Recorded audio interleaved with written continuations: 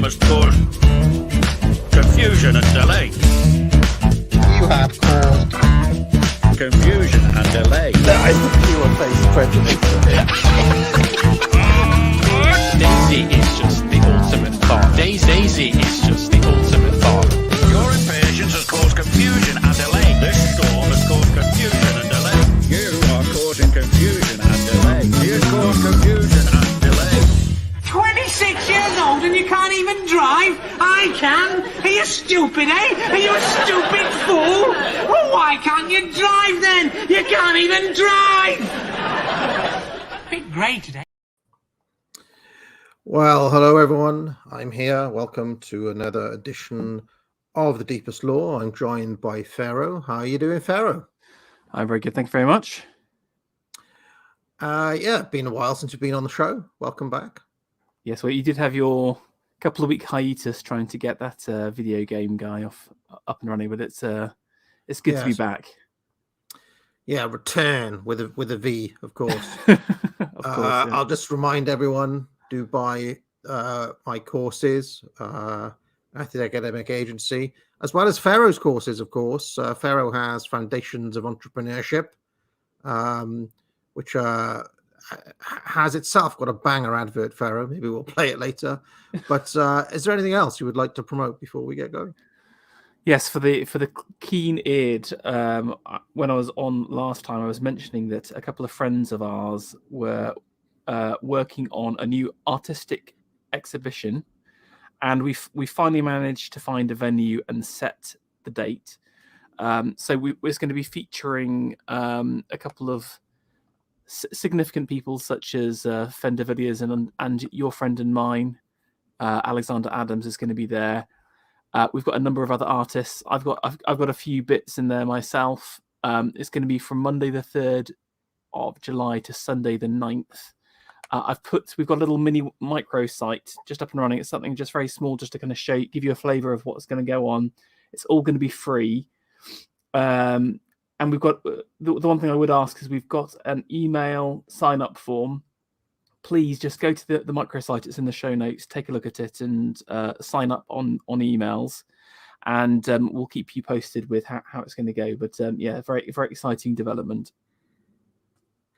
So what are we talking about today, Pharaoh? Well, video game adverts. It's been a long time since we've chatted about some ads. And, I was having a think about what untapped seams of gold are there in the advertising space. And I thought, what better after, what it was? I was inspired by your recent dives into the Mario lore and stopping UO every 5 minutes to drop another Mario fact, to take a look at some of the classic adverts around video games. I mean, no one has greater or deeper Mario facts than me. However, there will be no Mario Deepest Lore because there's going to be a secret channel. The secret channel, yeah. Do you know how many auditors are going crazy, Pharaoh, trying to find that? I can exclusively reveal I haven't made it yet. I have no time. But it's going to happen. It's going to happen. You should make it. You should tell everyone when it's made and just see how long it takes for people to work out it's you.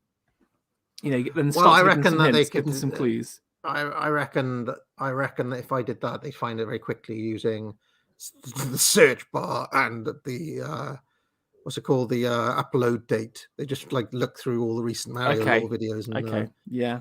I have to do it unexpectedly, as the ninja might do it. Okay, that's clever. Yeah.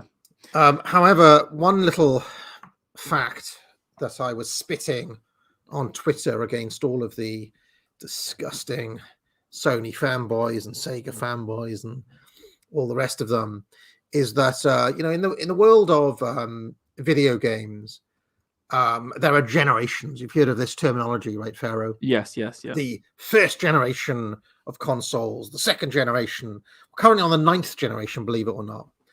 And each generation has consoles and it has handhelds, right? Mm-hmm. These are the two. These are the two ways the games have been distributed and sold. And basically Nintendo have won every single generation apart from think it was the one with the PS2. I think it was the 6th generation they didn't win when it was GameCube. GameCube versus that, yeah. But in terms of if you combine their console sales with the handheld sales, it's not even close. Yeah. If you have a look at the list of, I mean, they just destroy them on the handheld side, don't they? So. Well, I mean, Sony tried to break into that market famously with what was it called, like the Vita or the Vista or something? I can't remember what it was called. No, now. I don't remember. No. Oh yes, yeah, the Vista, yes, yeah. And they got absolutely hammered. Yeah, no chance. But even if you, I mean, with the handhelds, it's not even close. But even if you take the handhelds out, Nintendo have only really had one, arguably, well, two real flops, which were the Wii U, which only sold 30 million units, and the GameCube, right? Yeah. People remember the N64 as a flop, but the N64 sold like 82. It did do very well. So yeah, I remember because we were a Nintendo household as well. So I was there for the launch, etc. So I do remember it being pretty popular. They've actually done very well. But one of the things that people may not know is because I think people would think, well, yeah, from the NES onwards, right? Nintendo have been like the premier games company. But they actually won the first two console wars as well. That is the very first one with with Pong and Telstar, and Nintendo had a system called the Color TV Game 6, and it was Japan only, but they sold 3 million of those. And if you compare it to the other systems, the other systems are like 300,000 or whatever. So they won that first console war, and then in the second generation, when it was Atari and all of those ones, they of course brought out that Game & Watch, right? And the Game & Watch is, I don't know if you ever played those. They're handhelds, but it's very like primitive. They're barely even graphics. It's like an LCD. It's like a calculator screen, right? But they sold a shed load of those. Yeah, I remember them being quite fun. I inherited a few from my uncle, I think, and they were just kind of, like you said, very simple. I think with the LED screens, you had like fixed positions in the background. It would only kind of show, you know what I'm saying? It's not like RGB spots or whatever. You would have literally the character could go into like one of 3 different locations. Yeah, and famously, they put Mr. Game & Watch in the Smash Brothers games. And if you ever had a Game Boy Advance, there is a collection called the Game & Watch Gallery, I think it's called, where they actually showcase a lot of they remade them for the Game Boy, and you can play it in classic mode with Mr. Game & Watch, or they've made like modern versions with Mario and friends in them as well. And I think I bought a Nintendo Switch recently. Okay. And immediately became a soy boy, as people know. I actually think there's a bit of a psyop on trying to present Nintendo players as soys, because in a weird way, Nintendo are also the most traditional kind of family-friendly company as well. There's very minimal pause in Nintendo stuff. There's a bit of boss girl stuff, I have to say, that's crept in. Right. Like I bought the Mario Strikers game, and Mario's got like 4 ex-girlfriends in it. Daisy, Princess Peach, Pauline from Donkey Kong, and there's that Rosalina from the Mario Odyssey. The Mario Galaxy, right? Well, I mean, in the game, Pauline has got 20 for strength. She's a fucking beast. She's stronger than Bowser and Donkey Kong. So I would count that as a mild bit of pause. I'm sure Nintendo were just thinking about like game balance or whatever, but a female character, skinny little girl, shouldn't be 20 strength, right? But anyway, if you get a Nintendo Switch and you subscribe to their kind of, you can pay a certain amount of money. It's like £30 for the whole year or something, and you get access to all of their back catalogue, right? Mm-hmm. And on there, they've got an emulated Game Boy Advance with the Game & Watch Gallery 4, I think it is.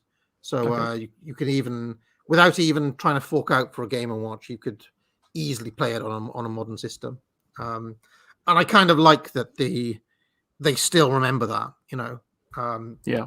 But anyway, the point I'm making is that if you view it in those terms, it's not actually that surprising that Nintendo were then the company who made the NES and the SNES and went on to be Nintendo, because they had a pretty major head start, I would say. And in Japan, they've always been incredibly dominant in that market, and they still kind of think as their primary market, and like the rest of the world as secondary in some weird way.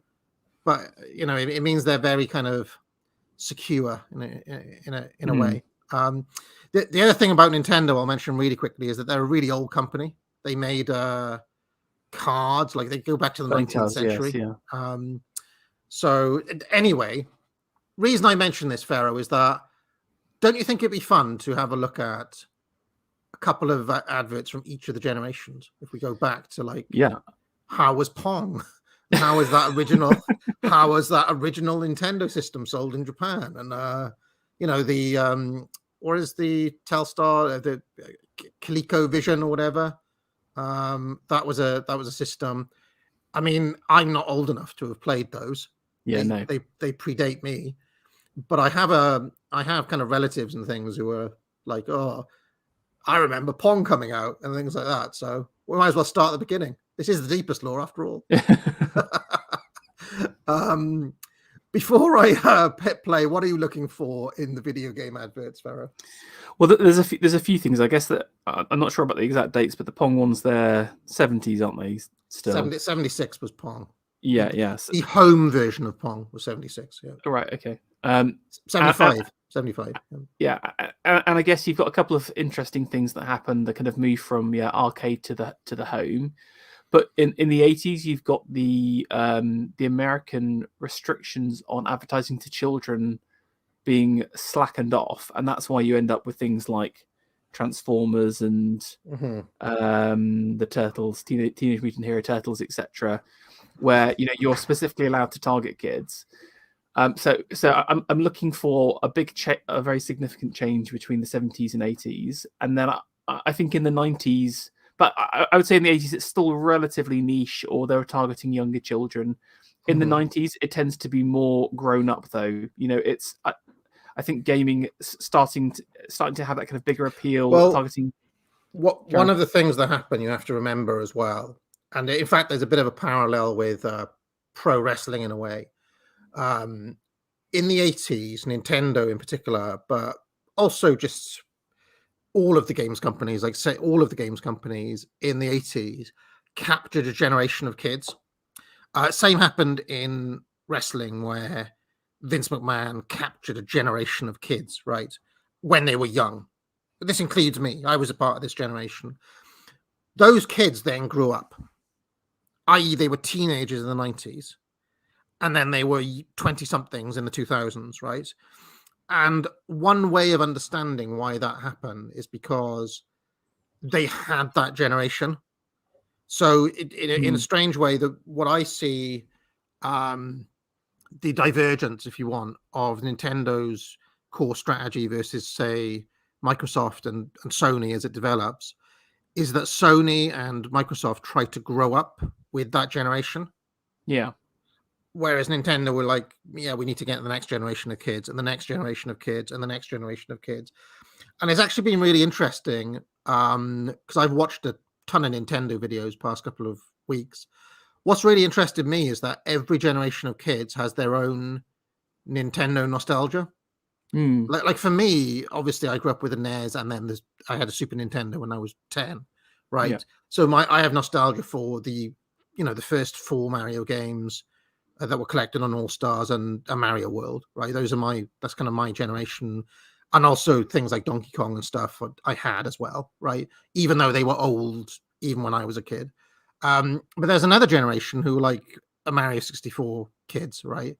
And there's even a generation beyond that who are like, grew up playing stuff like Galaxy and stuff like that. So I was kind of surprised to see that they managed to capture these people when they're young. And I do wonder if there is, I do wonder if other companies have that, right? Like, does anyone have? I mean, I think there's some of it, right? But do people have like Halo nostalgia or like nostalgia Yeah, for I think so. The Do- Xbox stuff. Doom? I want to say there's a bit of Doom nostalgia, maybe, or You know what? The scariest thing I was thinking, just outside of video games, maybe AA, you've captured a generation, and they'll be having AA nostalgia in 10 years' time. people have Saga nostalgia. Yeah, that's true. Actually, yeah, it is already happening. Yeah, I do have some disturbing moments sometimes. Like, I think it was Cows or someone like that said, "Yeah, I first watched you when I was 14." I was like, "What the fuck?" Or something like that, So, yeah. Anyway, let us make a start. Yeah. So we're going to start with Pong. I think that's now Atari made Pong, believe it or not, Pharaoh. And speaking of who was well placed, Atari also did really well in that first couple of generations. They, of course, if you know your video game history, suffered a bit. They suffered greatly in the crash of 1983, and they were in the second generation. They were dominant with something called the Atari 2600, but their follow up to that was a flop. I think it was the Atari. Was it the 5300? Is it 5300? I was never an Atari kid, so I don't know. And yeah, sorry, the Atari 5200 it was. And this is the other thing that is mentioned in pretty much every Mario history, which is that it was Mario single-handedly, Pharaoh, who saved the video gaming industry when Super Mario Brothers came out and the NES dropped. He made video gaming a viable business again, pretty much on his own. So you can thank the plumber for that. All right. You're watching the most exciting game you will ever see on your TV set. Telstar by Coleco with 3 different games. Telstar Tennis with digital scoring, variable speed. Well, hold on. So this is not this was made by Telstar, this system, and it had Pong on it. It's kind of interesting. Telstar Hockey. Each player controls a goalie plus a forward on the other side. Oops, a goal. And Telstar Singles Handball, a game you play yourself. Telstar Handball, Tennis, Hockey, all 3 at an exciting low price. For great family fun, hitch your TV to a Telstar by Coleco. I wonder what the price was. Yeah, I think we need to go back to the start. So yeah, if we were first greeted by the screen, so again, this is going to be interesting for people. It's something foreign, something a little bit alien at the same time. And then they had to kind of zoom out in the next shot to that kind of happy couple. Note how they're both not kids; they're grown-ups. Just like I said with the restrictions about targeting children at that time. I mean, first off, that couple is actually hilarious. Just imagine having the old Pong date night. Can we get? Yeah, should we see them? Let's have a look at this couple. There they are. Romantic. Yeah, exactly. But you can see it's just kind of like a middle American home on a decent TV, happy couple. I mean, I've got to say that he's into the game. Do you know what I'm saying? He is 100% focused. She's she's just enjoying the moment. I quite like all of the kind of little background noises to show they're having fun as well. They're having to. If you can hear, there's like a background track. Normally, you don't hear kind of like people being like playing the game so much. But if you listen out, you can hear the kind of chattering, almost like they're playing in the game in the background. But I wonder if that's tied into the musical ability of the game. Just isn't there. It's just a couple of bleeps. So they're trying to add in a bit of musical filler to the background. Trying to figure out this 1976 model of this is the Coleco Telstar. It had hockey, handball, tennis, and Pong variants. I guess it was not the official Pong. They called it tennis, didn't they? I was thinking. Yeah. They sold 1 million units. Right, not bad going. It's pretty good. Yeah. I'm just trying to figure out what the price of it was. I don't know what it retailed at because they said, "Oh, yours for a good price." Wonder what the price of it was. Let me see if I can find out. Would you buy one? Well, Based on I that, think if they were... I think the 3-game-in-1 is a bit of a stretch. I mean, if you see what the games are, it's the same game. The saddest one is the handball or whatever it was, playing the game against yourself. I mean, that's a lonely, Pretty good price evening. though, Pharaoh, $50. $50 then, was it, or now? Yeah, that's a pretty good price. Yeah. I mean, you could adjust it for inflation, as an inflation calculator or whatever, but way lower than I was expecting it to be. Yeah, that's pretty good. So let's work out how much that would be in today's money. $50 in 1975 or 1976 it was £265 today. Sorry, Okay. $265 today. That's pretty reasonable, isn't it? Really, It's not bad. and a million units is pretty good as well. So, but I think they managed to kind of capture and show just the fun, the kind of simple fun, and like I said, it's like a lonely night together. I was kind of watching some like nostalgia videos about the 70s and 80s, and again, like what did people do for entertainment as a group? You know, you could watch TV, but do you want to watch TV every single night? So there was obviously kind of an important niche where people wanted entertainment together specifically for couples, and I wonder whether this kind of initial idea, it was important that it was a multiplayer game. There is a Pong. There is a Pong advert. I found it. Go on. That's it. It's from the Atari Museum. This is from 1975. I'm sure when you went out last week to play Pong, you got to have so much fun, you just plain forgot to come home. We all miss you, Doreen. But guess what?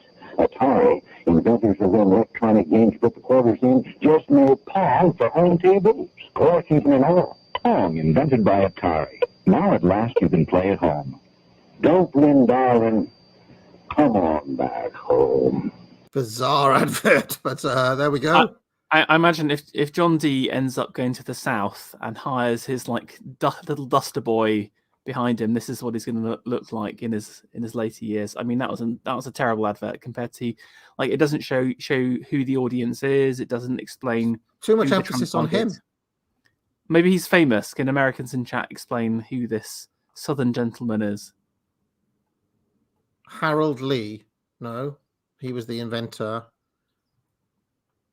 Don't know who he is. But I would say that the graphics on the Atari Pong was better than the tennis on the Telstar. Yes, yeah, definitely, yeah. This looks a bit better. Smoother, I also yeah. found the Nintendo Color TV ad from 1977. Do you want to see it? Go on.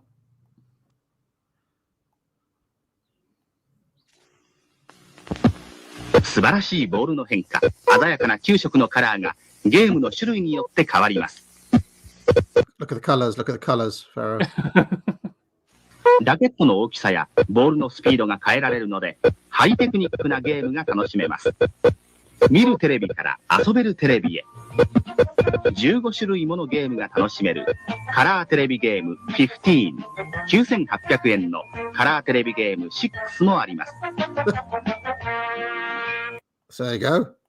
I mean, I love the music at the end there. You know, that was very, very triumphant, and you know, they're showing off the prices, etc. You know, and you know, you can see that kind of happy family playing together. They knew that the audience was going to be, you know, groups of people playing together. You know, that's the There were more need. kind of teenagers in that one, weren't they?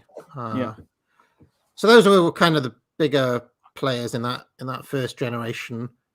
I actually thought even in that generation, Nintendo had the best graphics and the best looking gameplay, but we have to say that it was 2 years. The three games though, so much. 3 depth. games, 3 in 1. I do like Telstar. So you're going to give that one to Telstar? They won the first generation. To, Well, yeah, I do. The color thing seems a bit of a novelty. You know, It was called Color TV though. The color was it the Nintendo Color? The Color TV Game 6 is what it was called. right. If you wanted one, it looked like this. Looks pretty high tech piece of kit actually. Look at that. Aesthetically, that has the best kind of look. It's got that kind of bright yellow, a good branding on the top there. I think it's a very cool piece of kit.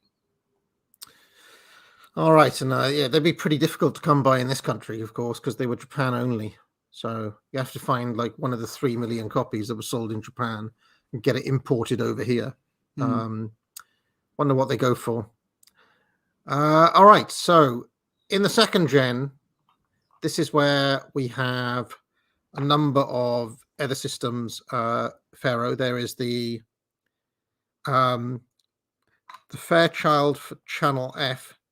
Have you heard of that? No, never before. Let's see if the Fairchild. There is a TV commercial. Go on. Get ready for this. Get ready. Right. Hold on. So this is from. When did the Fairchild come out? 1977. So the second gen started pretty quickly after the first gen. Channel F, the one with all the fun. The Fairchild Video Entertainment System at your larger JCPenney. The home entertainment system that never gets old. Plug in a new video cart and change the fun. Play tic-tac-toe, shooting gallery, or just doodle. Switch video carts and play Desert Fox. Switch again, it's blackjack. Or play the 2 built-in games, Pro Hockey or Tennis Champ. Channel F for fun. The Fairchild Video Entertainment System. Just $169.95. Video cart cartridges, $19.95 each. At your larger JCPenney. What do you reckon? The controls on that seemed absolutely wild. Did you see at the end there? It was kind of like holding a tube and then tweaking it. Go to about 28 seconds in. Yeah, 29 there. On the left-hand side, can you see him there? He's holding the controller tube. Tube, yes. That was called the Fairchild Channel F. If I can have a look. The controller is like a. It's like a. I have a picture of it here, Pharaoh. It's like that. I mean, it's like a wild. Yeah, I'm not sure about that. I mean, you can see the legacy of that in the little Switch joypads. Yeah, that is true. Right. That's true. I do like the luxury dark walnut veneer paneling on the side there. That's lovely.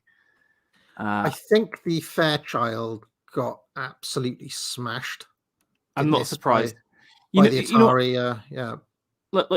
Again, think about the games they were trying to push there. They had Pong, which was, they're Tennis Champ, sorry. So that's already saturated market. They had blackjack and tic-tac-toe or drawing.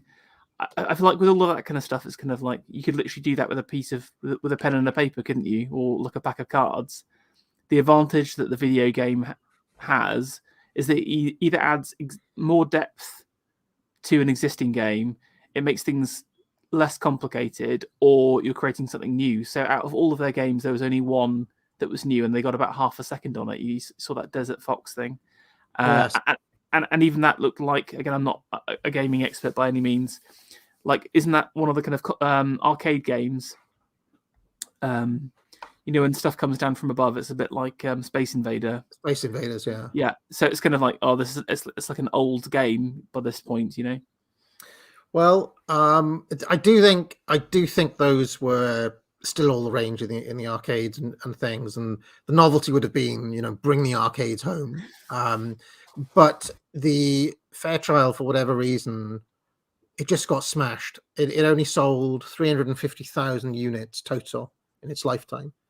Is it the tie-in with Penny as well? I wonder, because maybe that restricted their sales channels, or they could only mention JCPenney, etc. Basically, the Atari 2600 just ate its lunch, just destroyed it. Better system, more games, all the usual things, and possibly better advertising, as we're about to see. So the Fairchild basically was released before the Atari. That came out in November 1976.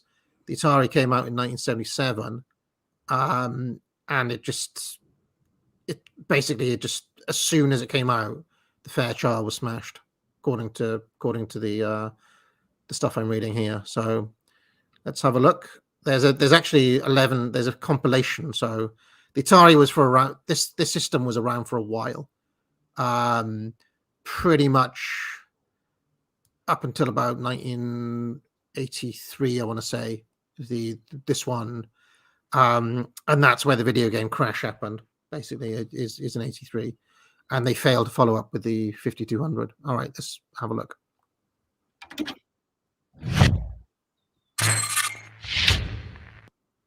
Okay, Atari, let's see your best pitch. Oh, look at that. The Atari video computer system is 20 cartridges with 1,300 game variations you play on your own TV set. You can't keep me in here, Atari. Brilliant.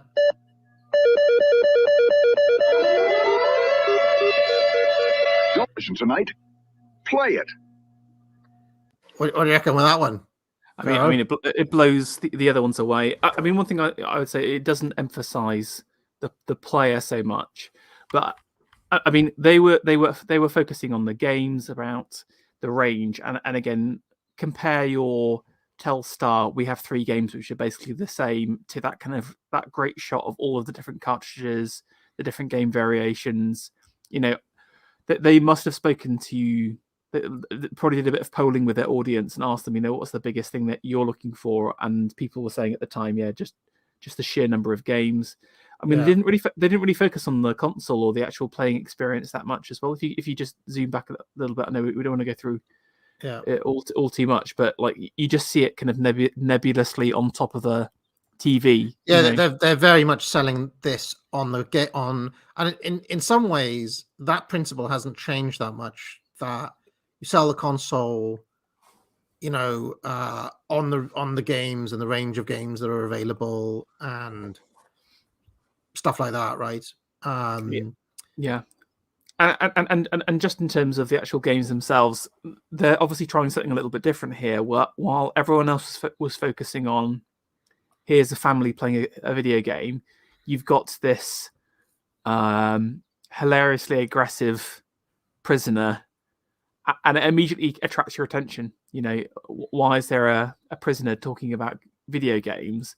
Oh, it's about Breakout.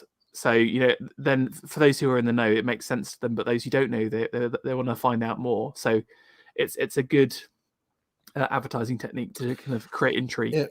Now, I will say, just to go back to Nintendo a second, that strategy has tended to be the strategy of the other companies, you know, focusing on the games and the range of games.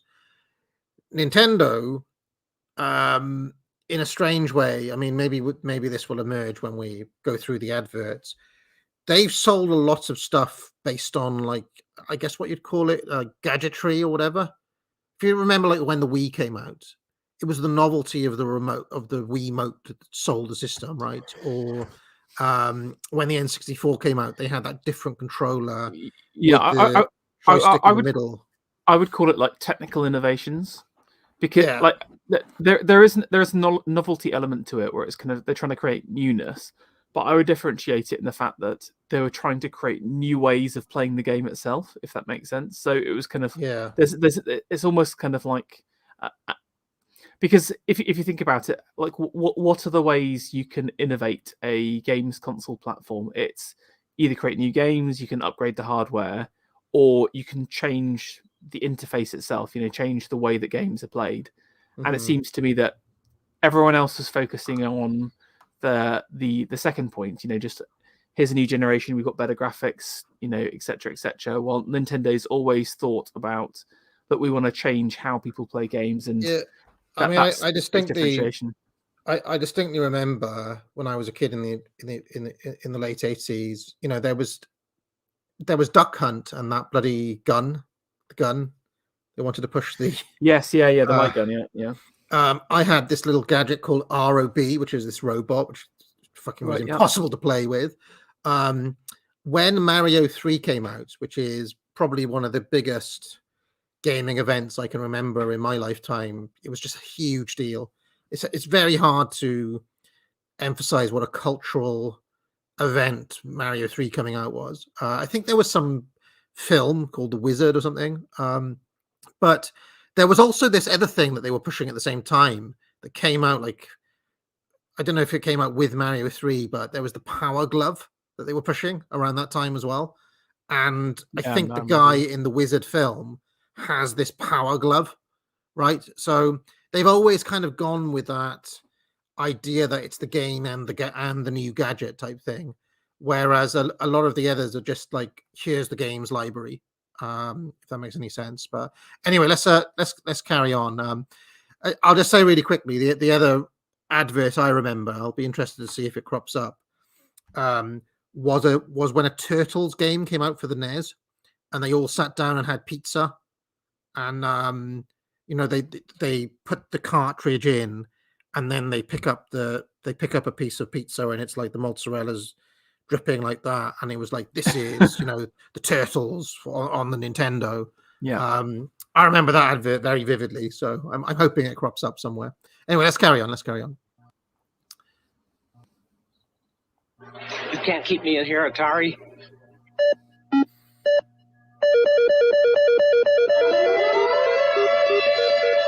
Your mission tonight, play it.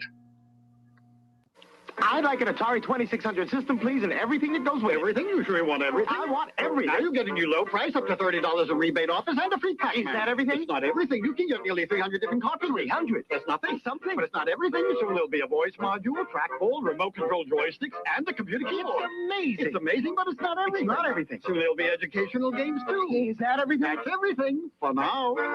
For now? The Atari 2600. Now get up to $30 in rebate offers, plus a free pack. No, if I was a parent watching that back in 19, this isn't. I would say expensive. Like, how much is this going to cost me?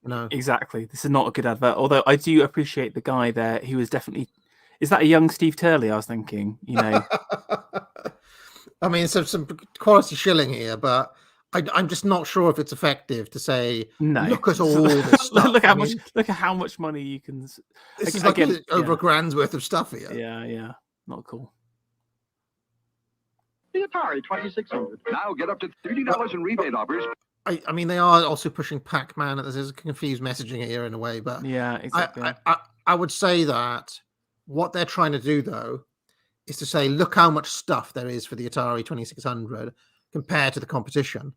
Yeah, I think it just doesn't work as well as the emphasis on the games.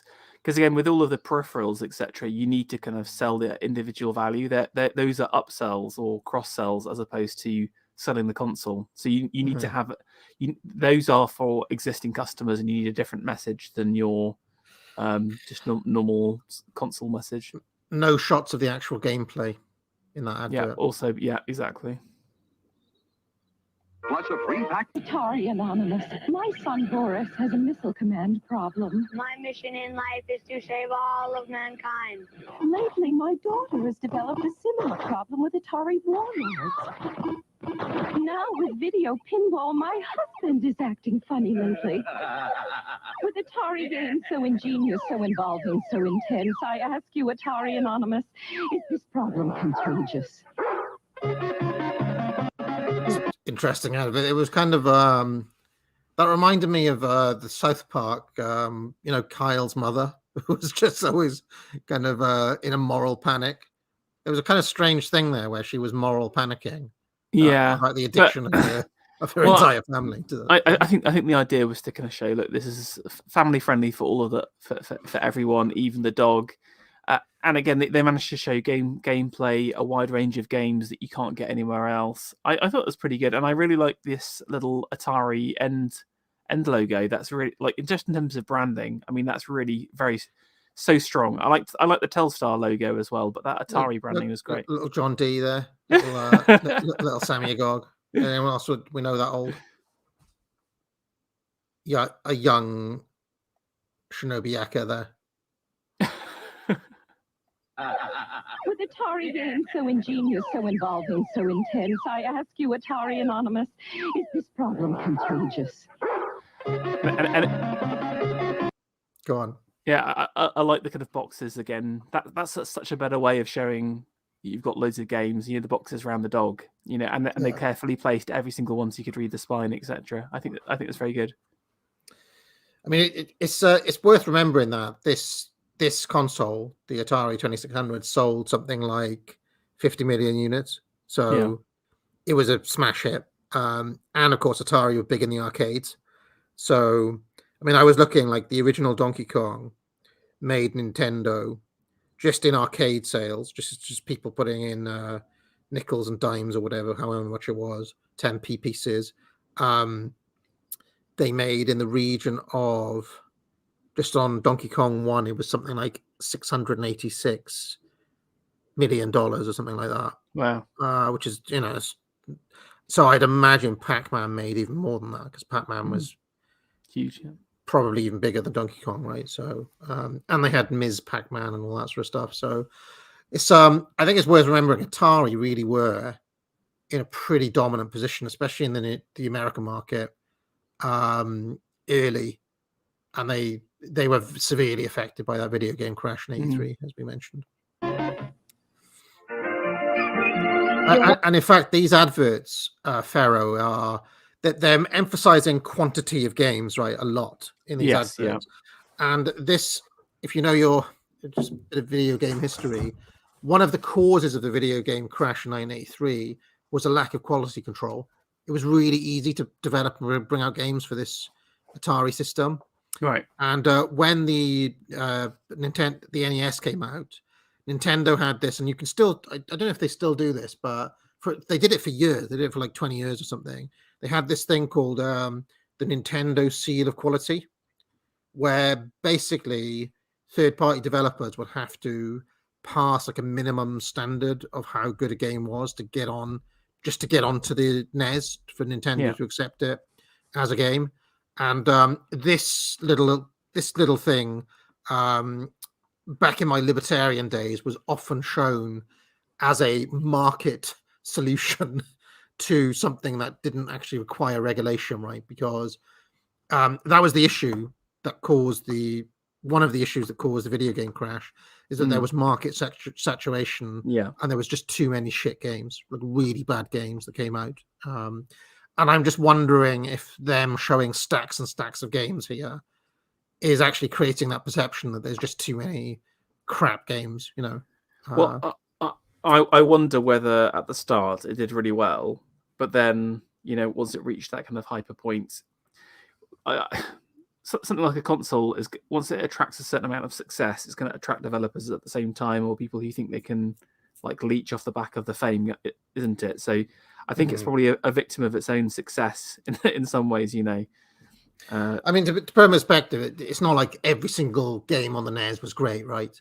Yeah. But the worst games on the NES, I don't know, like in a classic magazine, like when I was growing up, I had games magazines, and they'd give reviews out of 100, right? Famously, when Mario All Stars came out, they gave Total Magazine gave it 99%, which was major news when I was little. Now a bad game could go like the worst possible game on the NES would get something like, I don't know, 30% or something like that, right? But these games, these bad games for the Atari, are like, maybe struggling to reach double digits. Like, they're notoriously some of the worst games ever made. I think the famous example is the ET game, which you probably, I don't know if there's memes of it and whatnot, but they're just borderline unplayable, right? They're that bad, so, or they've got like, I don't know, game breaking glitches, or they're just awful. So yeah, it's like in university, right? To fail at a BA, at a humanities subject, somebody like a student can hand in an essay and it's crap, right? But it's still like, to fail, it has to be really bad. And that is really what the Nintendo Seal of Quality was. It's like, at least everybody's a minimum pass, 30%, something like that. Yeah. Wanna play Berserk? You're on. Hey, where you going? The video arcade! You can't play Berserk at home. Yeah, you can. Atari! It's Berserk inside an electric maze, where robots shoot with electric rays. That looks quite good. Yeah, it looks great. That turkey! Look out, don't get trapped, or you might get zapped. Berserk is here from Atari. Can you beat that? And only for systems from Atari. Have you played Atari today? What is it with the Atari strategy of the overbearing moralistic mother who, like, in this one, she's now got into the game, but or the grandmother or whatever. I like the grandma character again. Like I think she's this kind of wholesome role model figure. She's spending time with her grandson. I think that's just so lovely, and like again, it's just this kind of happy. Look at the beautiful, look at the porch that Nana has. He's driven in on his bike. This looks just literally like an idyllic age of a time long past. Nowadays they'd show that grandma like snorting a line of cocaine and like going off with her Latino 20-year-old lover, while the young boy, I don't know, is some kind of trans nightmare. What do you think she did? What was his name? Derek or something?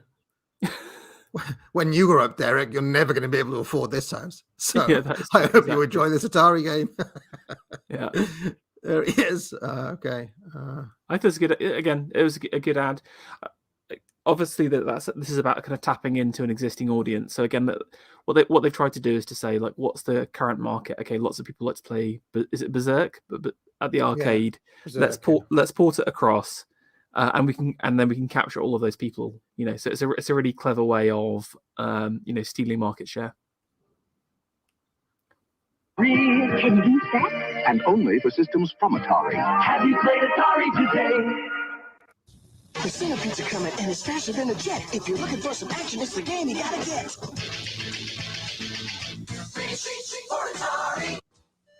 Welcome to Club Atari. What's your pleasure?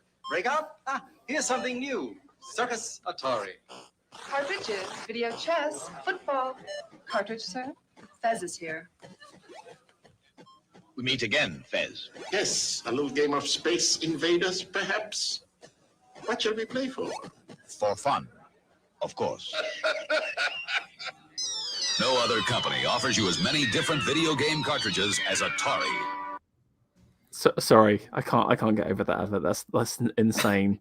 A James Bond figure enters a video game casino, and then meets his nemesis, a rotund fez-wearing character playing Space Invaders.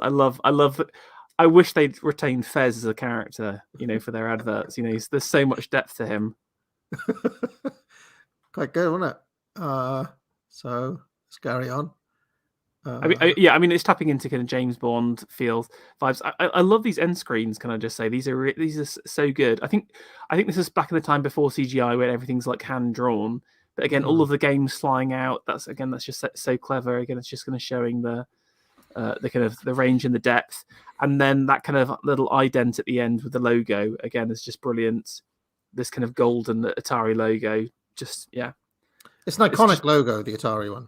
Yeah, but they're also sort of displaying it in a really like brilliant, interesting way, which must have felt so futuristic and powerful at the time. Let's just do one or two more, and then we'll. There were other systems. There's the Nintendo had their Game & Watch, of course. We'll have a look at that, and a couple of others, and then we'll move on. As many different video game cartridges as Atari.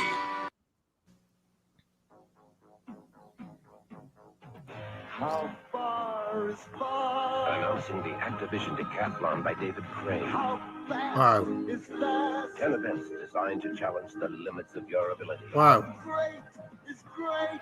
Oh my god! Oh my god!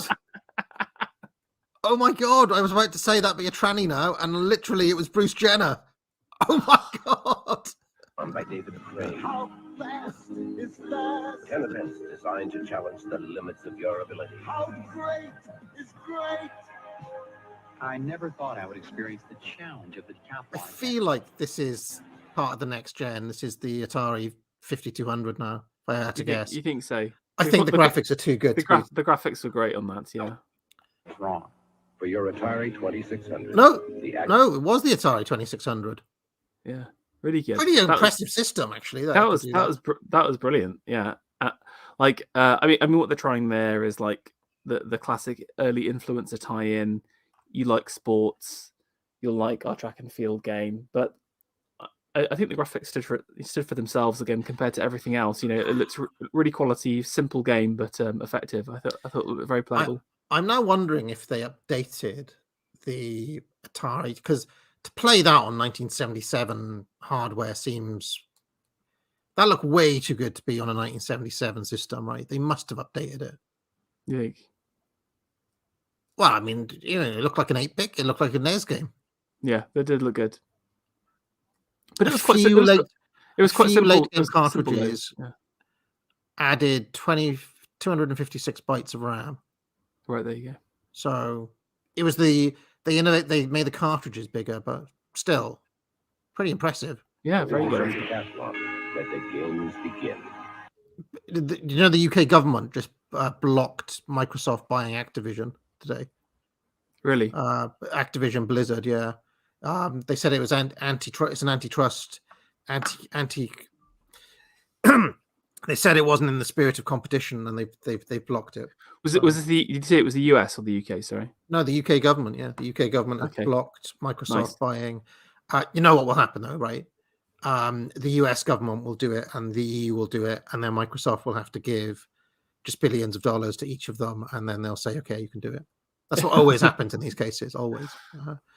But I actually support them stopping. I think it's bad when these massive mergers happen because it 100%, yeah. You know, they should keep these companies separate, in my view. It's just about buying IP, isn't it? At that point, you know, you're just buying title names, so you can just churn out more crap. The Defender sees lots of alien ships. The Defender sees lots of radar blips. Every blip is a ship. Watch this, I got this guy. On a body snatching trip. Notice the girl's not playing anymore. She's but hold on a second. I can't believe that, again, this is just like another age. Look at the guy, and then look at the girl in comparison. Can we get there's him, absolute nerd, and there's her. She's all right, just like nice, wholesome girl. Would not happen today. You know, her body count would be like 200 by now, and he hasn't left his mother's room. His mother has created. He'd be anime posting as an incel. Exactly. Yeah. His mother has created a prime water fountain for his room. A water butt, whatever that was. On a body snatching trip. And it's up to Defender to save them. Defender, a great Atari game. Have you played Defender? It's the newest of the smash hit home video games that just keep coming. Only from Atari. He's better than me. Have you played Atari today? They really went for it, Atari, didn't they? In this, yeah. I mean, are you not surprised watching these adverts that they? No, these are very good. I think they're very different to everyone else in the marketplace. That they've done their homework on it. It just feels like they've actually got a strategy behind what they're doing, and you know they're going for different audience segments, different targets each time. So we'll do one more, and then we'll switch to the Game and Watch.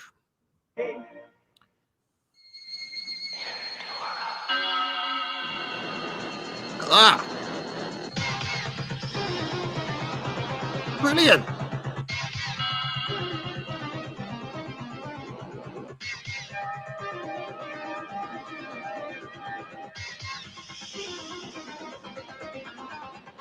Enduro for the Atari 2600. Can you endure? You know, I'm actually knocked out by how much they managed to get out of this 2600. I mean, for a system that came out in 1977, this is amazing. Yeah. I mean, this is great already. The background, interestingly, they're just learning so much through advertising as well. You've got this kind of really banging, synth-led background music.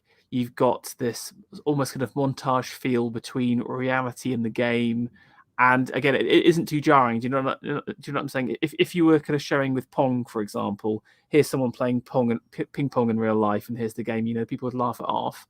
But it's close enough now where they could do that. And it's kind of like, oh, yeah, I can experience what it's like to drive down a desert pathway. Even the locations they choose are really interesting because to basically add a bit of mystique and, you know, you're like a rally driver in the middle of nowhere. I think that's really cool. Enduro, designed by Larry Miller for Activision. My whole life has changed since the award-winning Frogger home video game became so popular. Frankly, I'm swamped by admirers. It's a frog. It's Panama there. Panama, yeah. Frogger was a huge game, obviously, in the arcades. Right. So to get away from it all, I reach for Frogger.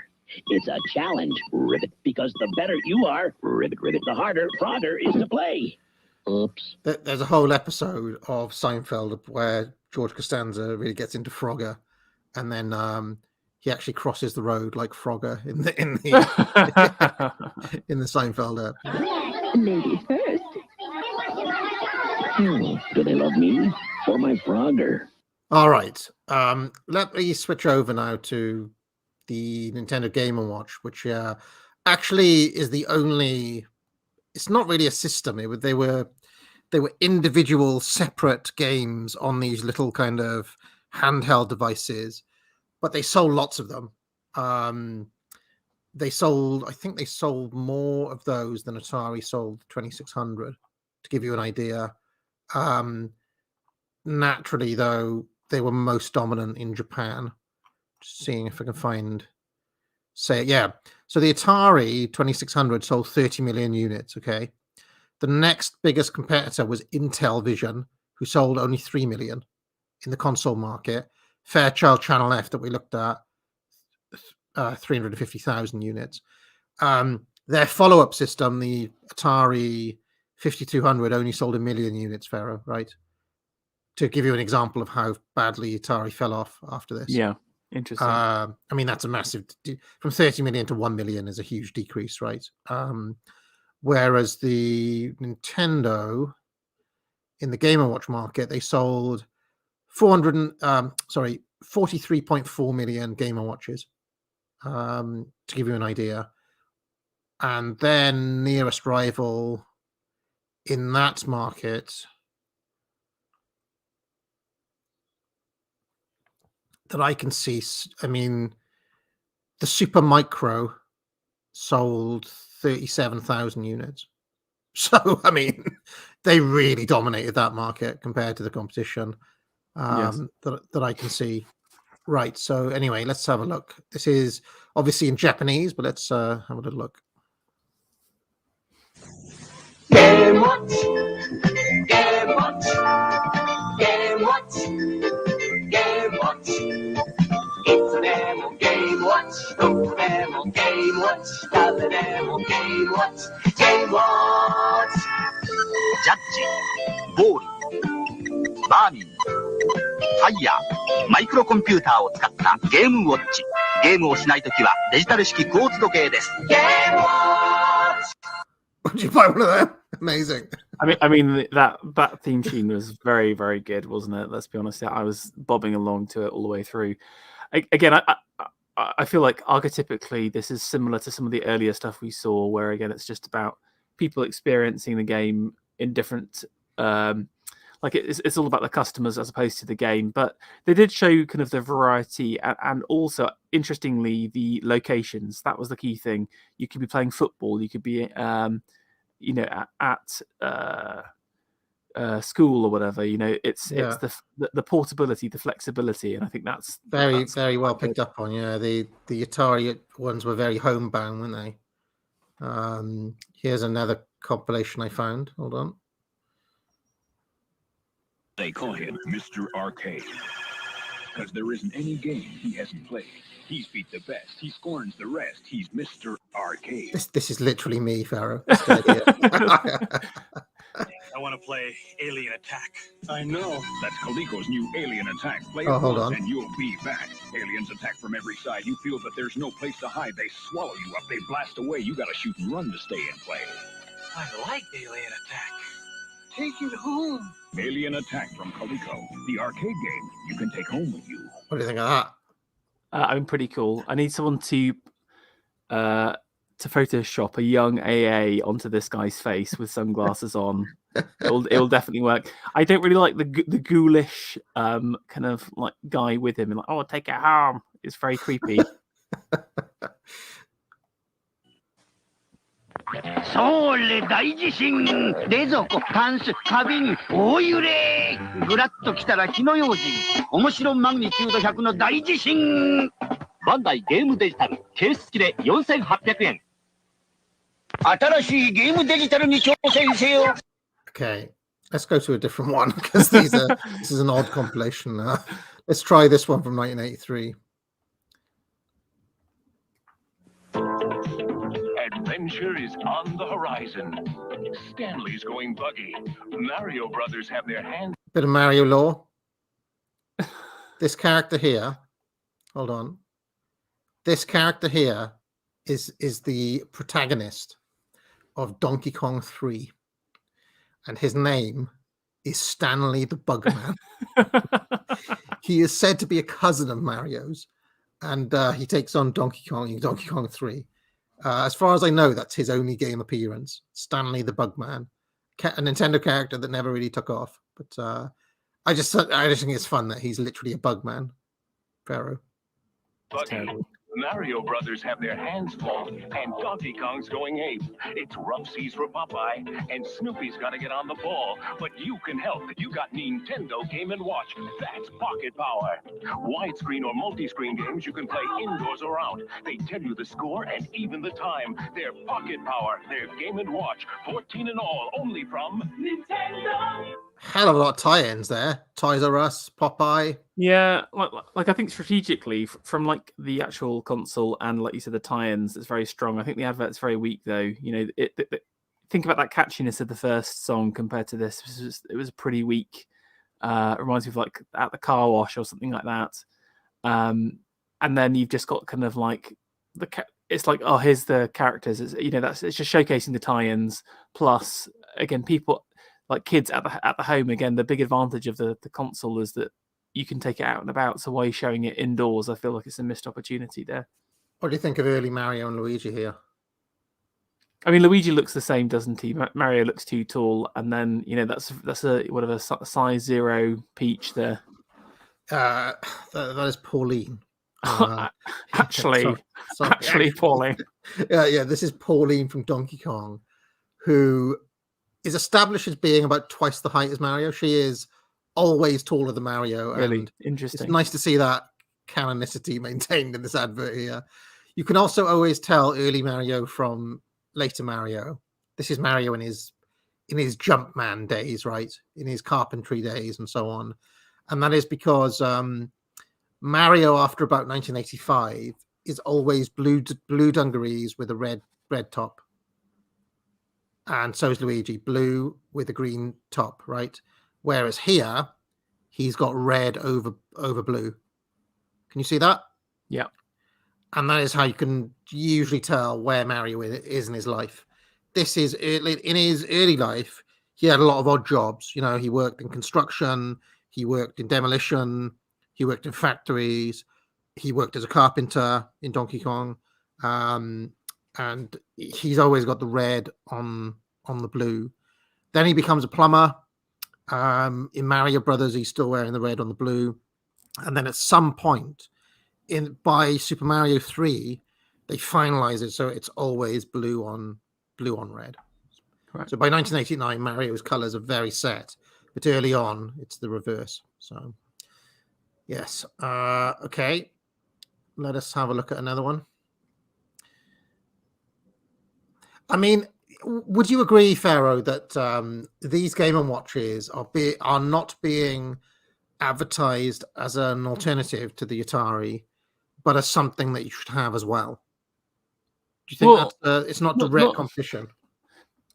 Certainly in terms of the targeting for these ads in America, I think they haven't thought about the strategy very well. I think all of the drivers coming from Japan with the product innovation and the tie-ins and stuff, like they've created something. The product is very strong, but again, what's the advantage that these guys have over Atari? It's the flexibility, it's the mobility, yeah, but also the tie-ins as well. So I feel like they're missing all of that part in these ads, but maybe this will be a little bit different.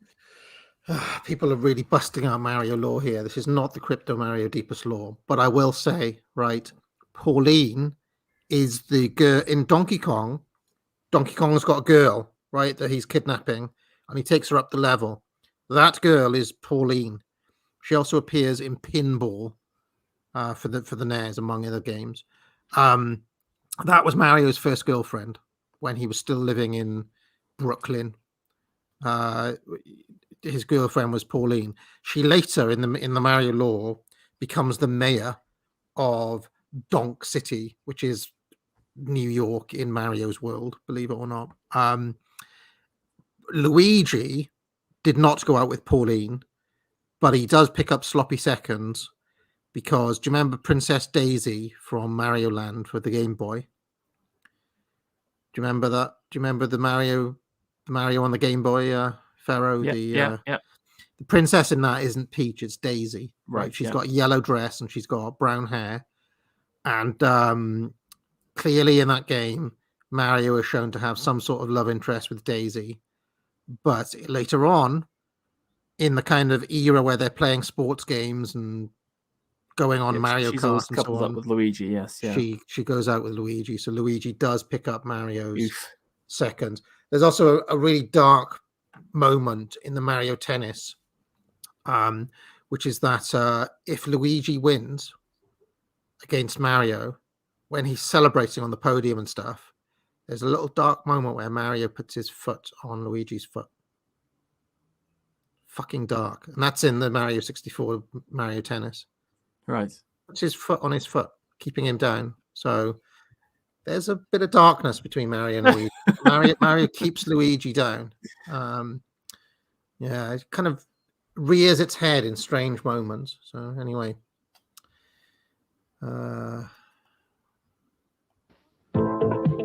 Adventure is on the horizon. Stanley's going buggy. Mario Brothers have their hands full, and Donkey Kong's going. This is the same advert, isn't it? It's rough seas for Popeye. It's the same advert, that one. Slightly different, is it? Seemed like the same one. Do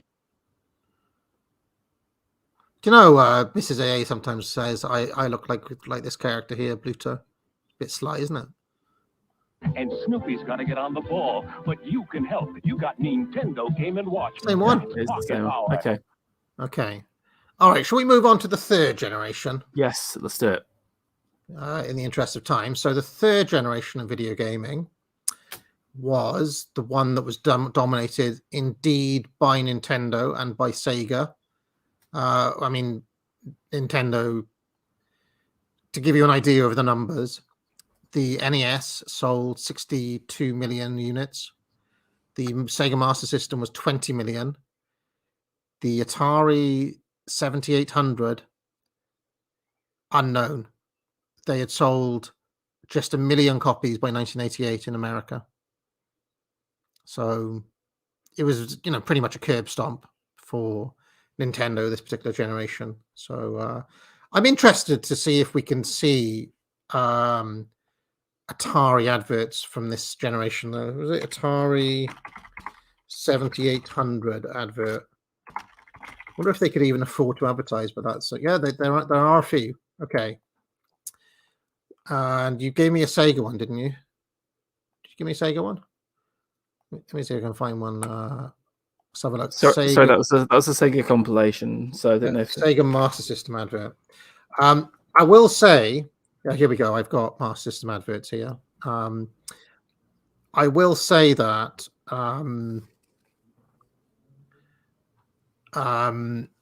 Sega, for some reason, did better in the UK than they did in all the other markets, and the UK was, for some reason, always Sega's stronghold. It's the only place in the world that the Mega Drive outsold the SNES, for example. And that is why you'll see, I mean, if you ever get into these kind of, do you remember there was a bit of like Sega versus Nintendo debate that broke out? Yeah. You'll tend to find that Americans of a certain age just default to Nintendo always. Right. And the Sega stands tend to be from Britain. Just because it just did better here for some reason. And I think partly the SNES came out late here, but also for whatever reason, I don't know, they managed to penetrate here in a way that they didn't elsewhere. So just worth mentioning. Yes. Okay.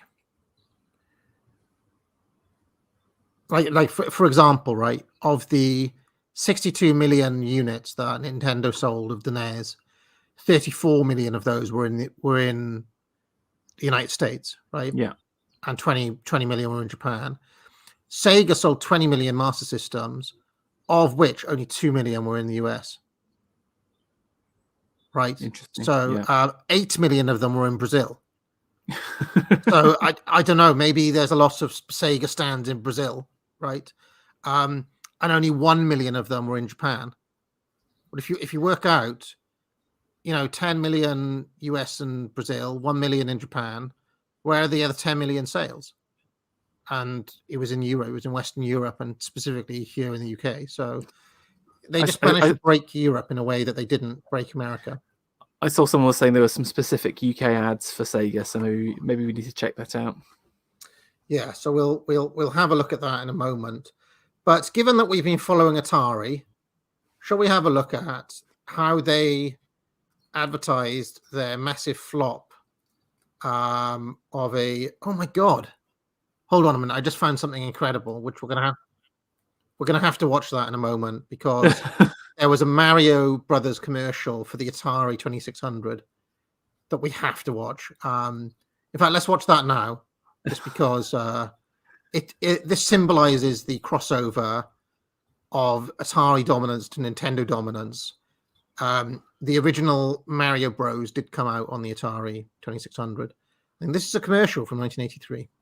Something's coming up the plumbing for Luigi's in a bind. Giant turtles out to get him, creepy crabs are right behind. Fireflies, cheaper shites, they're all coming out the pipes. Mario, where are you? It's Atari Mario Brothers with Mario from Donkey Kong, his brother Luigi, and lots of crazy creatures.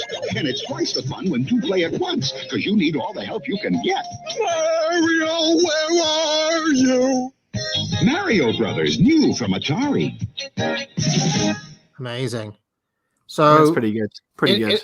Interestingly, Nintendo didn't go exclusive with that title. They still brought it out on the Atari. That was all about to change, as we'll see in a moment. I'll also give you another little bit of Luigi lore if you want. Do you see Luigi here? He's mentioned, Mario from Donkey Kong. Yeah. And Luigi, his brother, right? You'd think that this was Luigi's video game debut, wouldn't you? But it wasn't. There was a Game & Watch title also called Mario Bros, where they're working in a bottle factory, believe it or not, and Luigi is in that game. And that game came out a few months before this one did. So that is Luigi's first appearance. It was March 83. Take that, fact fans. Anyway, let's carry on. So this is the Atari 7800. Can you see this? This is how Atari tried to launch their competitor to Nintendo and Sega. Yeah.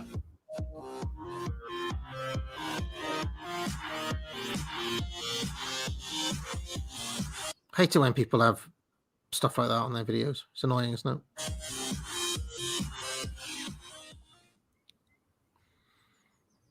Don Mallard, captain of the U.S. video game team. When I'm not going for high scores in the arcades, I'm home playing games on my Atari 7800. As an expert, I like the 7800 because there are great arcade hits like Mario Brothers and Donkey Kong Jr. Adventure games like Impossible Mission. That is, that's very weak, right? You're starting out with your competitors' game, yeah. With your competitors' games, but here's a problem, right? This is the mid-80s now, right? Yeah. This is the mid-80s. They're leading with Mario Bros. And Donkey Kong. Yeah. And everybody's like, hold on a minute, I've got Super Mario Brothers. So yeah. What is this old-fashioned? So this is looking pretty off the pace, I would say. Yeah. Also, they've gone for this weird, terrible, almost like that, the cylinder controller again. I like the kind of aesthetics of the old joystick that would look so much better. And then also, who is this random autist, Don, he's the captain of the US video game team. Don, two N's, Naurut. I mean, come on. Literally, who in their right mind, even at that time, would think, I want to be just like him, you know.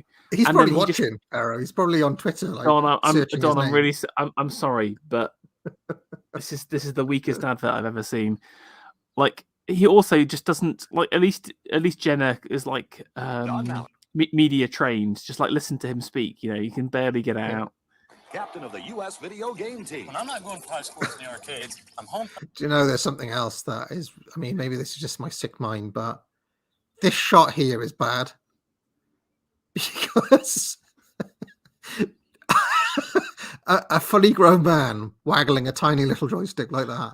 It just gives you the wrong subliminal message. Oh, what an absolute corrupted mind you have, filth. Playing games on my Atari 7800. As an expert, I like the 7800 because there are great arcade hits like Mario Brothers and Donkey Kong Jr., adventure games like Impossible Mission, sports games like Hat Trick and Real Sports Baseball, action games like Desert Falcon and Karateka, and the 7800 plays all the 2600 games. As a consumer, I like the 7800 because most games cost under $20. Now, do you think that making it backwards compatible with the giant catalog? I mean, that was good. Yeah. Is that a good reason to buy a system though? Or is that like, well, because that's about flipping existing Atari customers, you know, because they're obviously someone who's bought into a brand previously has the highest chance of buying into it in the future. So this is a good way of saying, look, you're putting pressure on the mums who have invested in all of the previous games. I think the problem is that they're going for, you know, cheapness and range over quality, and obviously quality is the thing that wins, isn't it? Also, I mean, this guy's he's brought in as like some kind of influencer, but then he's kind of like, oh yeah, I'm a consumer as well. I'm just like you. It's just terrible. It's a terrible person to choose. I think is very weak. The Atari 7800, the choice of the expert. we need this. We need that. We need this as a GIF. We need this as a GIF, please. Just. I want that as my avatar. I might make that. I might make this my new avatar on Twitter. The choice of the expert. Video game expert. Don Mallard, captain of the U.S. video game team. When I'm not going for high scores in the arcades, I'm home playing games on my. Well, it's the same advert again. Maybe it's like a shorter cut. Maybe. Oh look, there's Alan Partridge now. Amazing. The Atari 7800, the choice of the experts. Atari just reinvented the video game with this, the Atari 7800. Incredible, huh? So powerful it plays like the best arcade game with real joysticks, right? So advanced to play super games, computer games no other video game system ever played. Just look at these. Okay, can we? It even plays all Atari. Yeah. That was our first bit of diversity so far. Oh yeah. Where was the diversity? Let's have a look. I almost didn't notice because I was back in this era. Hold on. Was that her? Yeah, after the girl. Oh yeah, there he is. But I was back. I literally fallen back into Fresh Prince, so I didn't see it, Farah. You know what? You know why? I wonder whether because of their strategy. Their strategy is obviously like low price. You know, all our games are £20, so maybe it's trying to go to the less affluent African American audience. I'm being 100% sincere. I'm not trying to throw shade on that particular racial group. Pick up a pile of Atari 2600 games in the car boot sale, and then get one of our new things, and you might be able to play a pile of old games. Every person chosen in these adverts is for a reason. Very funny. So advanced to play super games, computer games no other video game system ever played. Just look at these. That's why they're pushing basketball. You're a genius, Farron. You're a genius. That's probably why you work in marketing, right? It even plays all Atari 2600 games. Great, huh? Hey. Oh, the new Atari 7800. We reinvented the video game. The more game cartridges a video game plays, the more fun it is. And the Atari 78. Yeah, I just want to say that was a rubbish advert. Like, it just leans into everything. It's interesting because obviously Atari came in as an innovator and then got stuck with their own same like messages and ideas. You know, just because you're saying you're changing the landscape doesn't necessarily mean you are. You have to show people through the stuff that you're doing. And to me, it seemed like exactly like the same kind of games and ideas they had previously. Well, they're pushing, like, to be fair to them, right? Their USB at this point is like, look at the huge games library we've got, you know, by our system. That's basically their UA. This is what they're going for. Plus, you know, it can also do some better graphics and so on. So I kind of like, in a strange way, they have to sell what they've got, and that's what they've got with this. Yeah, that's true. But I still question we've got a giant games catalog as the selling point in the first place, because to me, I'm just thinking, yeah, that's going to cost a lot of money, though. All right, even at $20 a pop. I mean, you buy 5 games, that's $100. Yeah. I think it works in a marketplace where no one else has any games, but as soon as, you know, someone has like even a medium-sized range, I think quality becomes a much stronger factor, doesn't it? So 800 plays more games than the competition, and they're about half the price. Super games like... Well, that game looked good. I'd play that one. I like that one with the diving dive. one. That looked good, yeah. Ball Blazer, one-on-one basketball, summer games, winter games, Karatika, Hat Trick, Impossible Mission, arcade classics like Pole Position, Centipede, Xevious, Deluxe Asteroids, Ms. Pac-Man, Joust, Galaga, Choplifter, Robotron 2084, all 2600 games like Solaris, Midnight Magic, Football, Kung Fu Master, Move Patrol, the Atari 7800. More... Too much in it. It's just too... Yeah. Again, but it's just all old territory as well, you know, just old stuff. Doesn't feel innovative and new like it did. That's it. And again, if you're thinking about that generational capture, you know, that's 10 years, isn't it, from the start, from when they first launched the other Atari? You know, that's almost a full generation, isn't it? So, for games at about half the price. Well, this one looks good.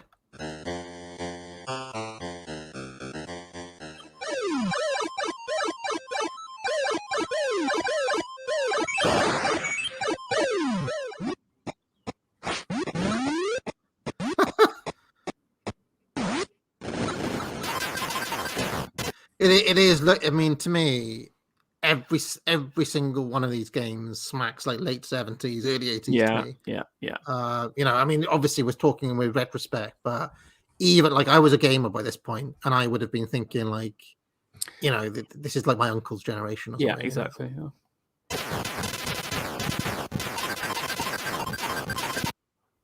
I don't know how much is this long? No, okay. Skip it. We got it.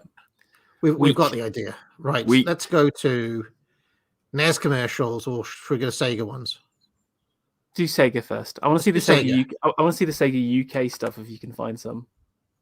Let's have a look. No, this is definitely an American one because of the accent. Let me just type in Sega Master System UK, because I'm interested to know why they did so well here as opposed to other markets. Yeah. Master System Advert UK. Here we go. I found one. I found a couple. There's also one selling Shinobi. Okay, here we go. Do you think Shinobi Aka named himself after this Shinobi game that we're watching, and he was an original Sega purchaser? I mean, Shinobi was, if I can remember correctly, was a ninja, right? Yes, that's true. No, I mean the game Shinobi was a. Oh, sorry. Okay, right. Yes. Yeah. Plug Me and Play. Yes. The Master System 2. What was that? I remember the Master System. Okay. All right. I've got a few Sega ones. Okay. Let's see it. So this is the UK advert. Oh, isn't life dull? What we need is a Sega. That's a games console. Plug me in and things will really liven up. You can get loads of Sega games like Outrun, Double Dragon, Shinobi, Ghostbusters! And the graphics. Well, and you can buy extra bits like these. 3D. Oh, you look Brilliant. Okay, do us a favor. Plug me into a Sega. Now whack on the patches and I'll get back to sleep. Cheap mine, 80 quid. I mean, that was just nightmarish, wasn't it? I hate that. Was kind of like imagine if Thomas the Tank Engine made love to a TV. That's what you ended up with, speaking to you in some kind of weirdly hysterical manner. I mean, I like the tagline. Do me a favor, plug me into a Sega. I think that's a good. That's a good tag. That's a really good tagline. But I mean, you saw the games for a second, but they're in the eyes of the horrific face, so you don't really get to see them at all. Like, yeah, I think it's just price, and maybe they know it. If they're listing the price at the end, that's normally a price-based strategy. It was terrible. It was a terrible advert. Not good. It wasn't good. It wasn't good. But I like the tagline though. Terrible first. And by the way, though, and obviously I will say this because I'm a lifelong Nintendo loyalist, it was very Sega. It was very Sega. Sega were always loud and brash and kind of in your face, and they always went for that a bit more. Let's see. I found one from 1987, which is closer to when it came out. I think it came out originally in 1986. Correct me if I'm wrong. Let me see if I can find the 1986 one. Here we go. Here's the launch commercial for it. Now, obviously, they'd already in Japan and in America, they'd already lost a foothold to Nintendo by this point because they were late to market. This is the new shape, the new design, the new dimension of interactive video entertainment that actually accepts both cartridge and card software, releasing new worlds of sight, sound, and power for you. The Sega Master System of Entertainment. What do you think? I thought it was pretty good. It was kind of a bit like a bit of the 1984 Mac ad, a little bit. Again, this is the launch video for the first time, so again, it's all about building up mystery. You were showing the kind of gun, which was cool. The pads look so much better than the weird little joysticks. Yeah. I mean, the only thing I would say is they should have focused more on the games because the graphics look so much better than the other stuff. Like, yeah. You got about 2 seconds of games and it looked really good, but they were sort of squished into that weird tunnel. But I thought this is way better than the Atari one. TV. No, I'm thinking about the other Sega one. Oh, yeah, the TV. Here is a 1987 version. Sega challenges you with the ultimate video game. The Sega Master System, with twice as much memory as any other video game. Advanced video technology like scrolling backgrounds, graphics in 64 colors, digital sounds, and light phasers. And you can add to the excitement with sports pads, control sticks, and the first video games ever in 3D. Sega's the one. The Sega Master System. The challenge will always be there. Any good? No. I mean, this. I'm stunned actually because I think so my uncle had this, so I inherited it from him, and I used to play like they had that game where you sort of float around the air with like a big screwdriver with all the faces on. I remember playing that one, for example. The actual hardware and the games are really good. I feel like they're really doing the product a disservice with these ads right now. Here's another one. Hey Scotty, what level are you at with these? Hey Scotty, what level are you at with these Sega games? Gangster Town, Enduro Racer, Shoplifter, Quartet, World Grand Prix. Yeah. So, what level can you get to? The Sega Master System and games are each sold separately. Can I just say, I cannot believe Atari went to market with those games against these ones that we're seeing here. I mean, these just like blowing them away. It's genuinely that I'm amazed that these guys managed to sell anything at all with these adverts. Just terrible. Again, it's just like they might as well just run a reel of the games being like the actual game footage with none of the other nonsense around it. Would have been better. Terrible. Here's the Shinobi advert. Okay, the game is Shinobi. Your basic fist and stomach, foot and face arcade hit. 19 stages of major ninja warfare. Observe. You've got your throwing stars, your bombs, your nunchucks. Nice. If you live through this round. Fucking incredible, by the way. Yeah, I mean, this This looks great, yeah, and again, it's creating differentiation. You know, the point of this game is to feel like a ninja, and again, you can see the kids having fun with their diverse, you know, group of friends again, and that, you know, it's also a shared experience as well, because there's, you know, one of the kids at the back is, you know, he's throwing ninja stars while the guy who gets to play the actual game throws ninja stars as well. So again, it's part of the kind of shared fun as well. So I think this very much more captures the imagination of what kids want. And I've just realised what it is that Sega had a different flavour from Nintendo when I was a kid. And I think this image here really captures it, which was that Sega were just a bit more boyish and boisterous, if that makes any sense. It's not that Nintendo were girly in any way. It was just that they just had a bit more of this energy. Sega did in general, as a brand. I would argue. Yeah. This kind of like, it's kind of boy stuff, you know. And this image captures it here. Interestingly, they've kept the demographics of the Ghostbusters here, which was big at the time. You know, four of them and one of them's black. Perfect diversity, yeah. Right. Arcade game. 19 stages of major ninja warfare. Observe. You got your throwing stars, your bombs, your nunchucks. Nice. If you live through this round, you get ninja magic. Hey, you can be next. I can't see. Shinobi, just one of 70 games from Sega. Games and accessories sold separately. And coming this Christmas, 2-player Double Dragon. Sega, nature, fun and games. Where do they see Double Dragon? This was one of the better adverts that they've done. Yeah, I thought it was good. A terrible tagline. What was that tagline again? Sorry. Like major fun or something like that. Major fun, yeah. Awful. Terrible. There is the Ghostbusters. Major fun. Major fun and games. Major fun and games. Absolutely dreadful. Pretty bad tagline. There's a few more. These are pretty late on in the life cycle of the Master System. This was another UK one. Okay, great. Yeah, Master System Plus in 1991. I mean, considering the SNES came out in 1991, this is kind of the death.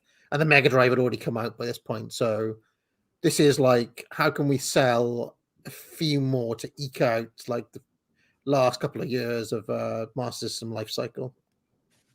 With the Sega Master System Plus special packs, you get the console, controllers, light gun, 2 games, and either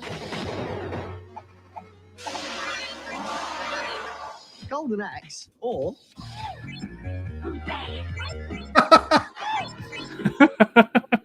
Walker, absolutely free. It's such great value that now Dad's just as keen on getting one as me. Hey, Dad? Ow!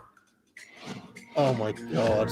Do me a favour, plug me into a Sega. Oh my God, look, they kept it going. They kept that hideous... The tagline is so good. That's such a good tagline. But the ad again was just utterly awful. Again, it's just the quality of the games, because again, the Golden Axe I remember being really, really good. Good game, yeah. Good game. That Moonwalker game is probably quite good as well. There's a secret level in there. This I think is the last. Okay. In 1992.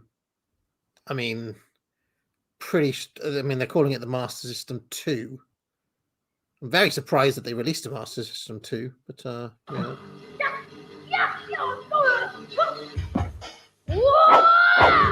Hey Joey, so you didn't get your paws on a Master System 2 this Christmas? Why worry? They're still less than £60. To be this good, take Sega. So they were they basically re-released it with maybe a souped up memory. Yeah. And £60. It's really cheap, you know. Yeah, I think it's just a price play. Plus the taglines are pretty good again. I mean, that was awful. That reminded me again of like, you know, the TikTok videos where they have like you know, like some kind of video game playing in the background, so the autist will pay attention to the main content of it. You know, with the split screen. You know, why is a child pretending to be a ninja interesting? Anyway, it was stupid, but I like the tagline. To be this good, take Sega that's a good line. So now we have some Nintendo ones. We won't watch them all, obviously, but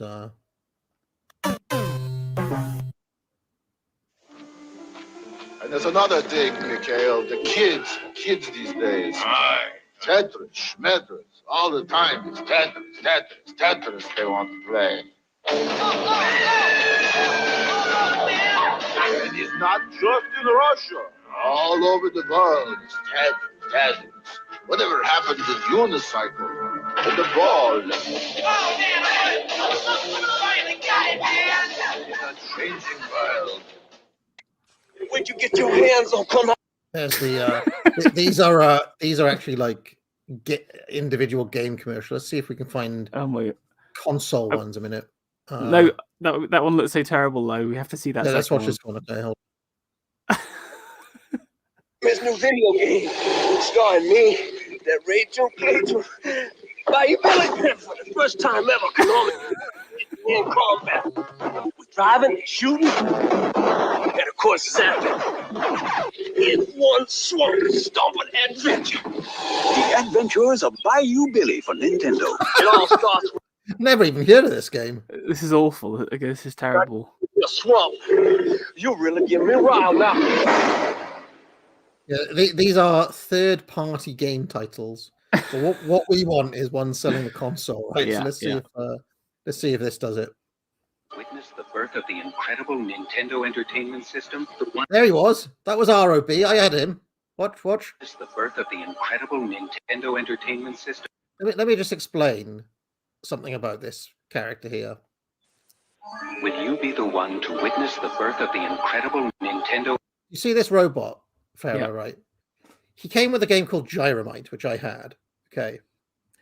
And to get him to work, right, they had these gyros, literally a kind of spinning disc with a needle on it, if you can imagine that, okay, which span round and round and round in this little machine that made it spin. And you were meant to direct him, ROB, to pick up this spinning disc while it was still spinning and to drop it on a pad while it was still spinning, right? And then the pad would press either the A button or the B button. Fucking impossible. I mean, it just didn't work. It sounds really, really random.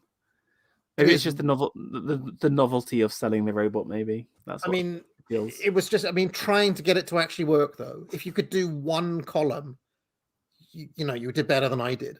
So typically, what would happen is, I mean, you just get a second player to play as the robot, to press A and B instead of him, right? So yeah, it didn't work. The ROB robot. Entertainment System, the one to play with Rob, the extraordinary video robot, batteries not included. He helps you tackle even the toughest challenge. Will you be the first to raise the incredibly accurate Zapper and play games like Duck Hunt or action-packed Hogan's Alley and high-flying Kung Fu, each sold separately? Will you be the one to experience the Nintendo Entertainment System? Comes with Rob, Zapper, Control Deck, 2 controllers, Gyromite, and Duck Hunt. No. Okay, there are those gyros, by the way. Now, ignore the fact that ROB didn't work for a second. What do you make of the advert versus I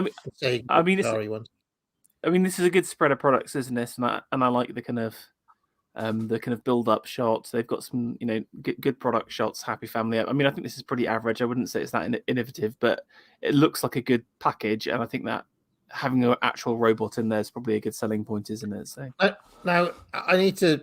People are calling me spoilt because I had ROB, right? My Nintendo was secondhand, so I had the whole package. I remember we drove to Merthyr or somewhere like that.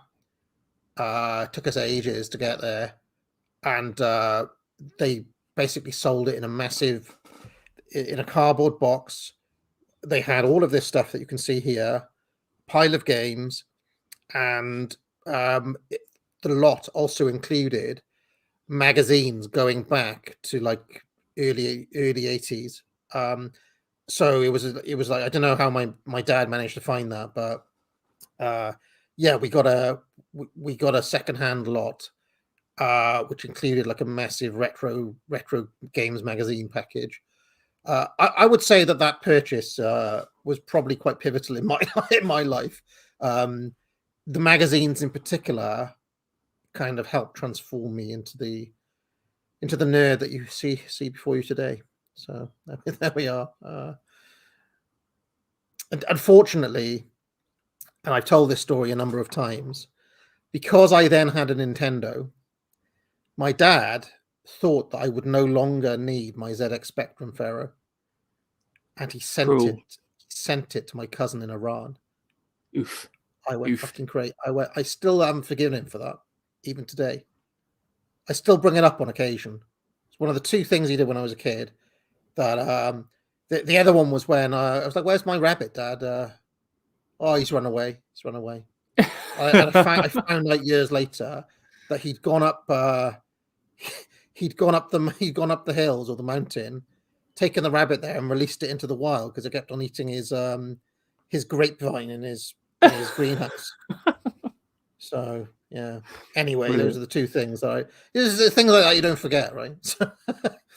But yeah, I really missed having my Spectrum when I got the secondhand NES package in 1988 or whenever it would have been. What will the future bring from Nintendo? More hits like The Legend of Zelda. Sports hits like ice hockey. Nintendo has the most video game hits like Hogan's Alley and Donkey Kong Classics, and more like Excite Bike and RC Pro-Am. And you can play them only on the Nintendo Entertainment System. Now you're playing with power. What do you think of the tagline? Now you're playing with power. Yeah, but better than others. I think Sega still beats it for me. I like the setup again, the kind of group of friends, the kind of futuristic feel. Again, we've got these really, like, they're focusing on exclusivity and quality. So I think that's strong, but also kind of saying, look, we've got some good stuff now. Look to the future as well. This is like a long-term investment. I think that's clever. I should also say that my dad did do. I mean, people are talking about the rabbit story. He also did the thing where he gave me a pie once, and it was like, oh yes, it's chicken pie. And then after I was like halfway through it, he was like, actually, it's a rabbit pie. It wasn't my rabbit. It was just a rabbit pie that he had, but he knew I wouldn't eat it unless really he told me it was I love chicken. rabbit. Yeah. Rabbit's delicious. I kind of loved rabbits when I was a kid. I like rabbits and hung out with girls, so I did. I got picked on in my first school for hanging out with the girls and having rabbits.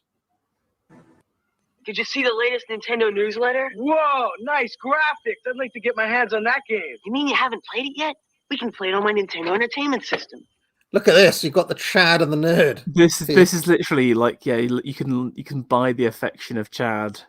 Look, there's Chad, there's nerd. Who are they selling to, Chad or nerd?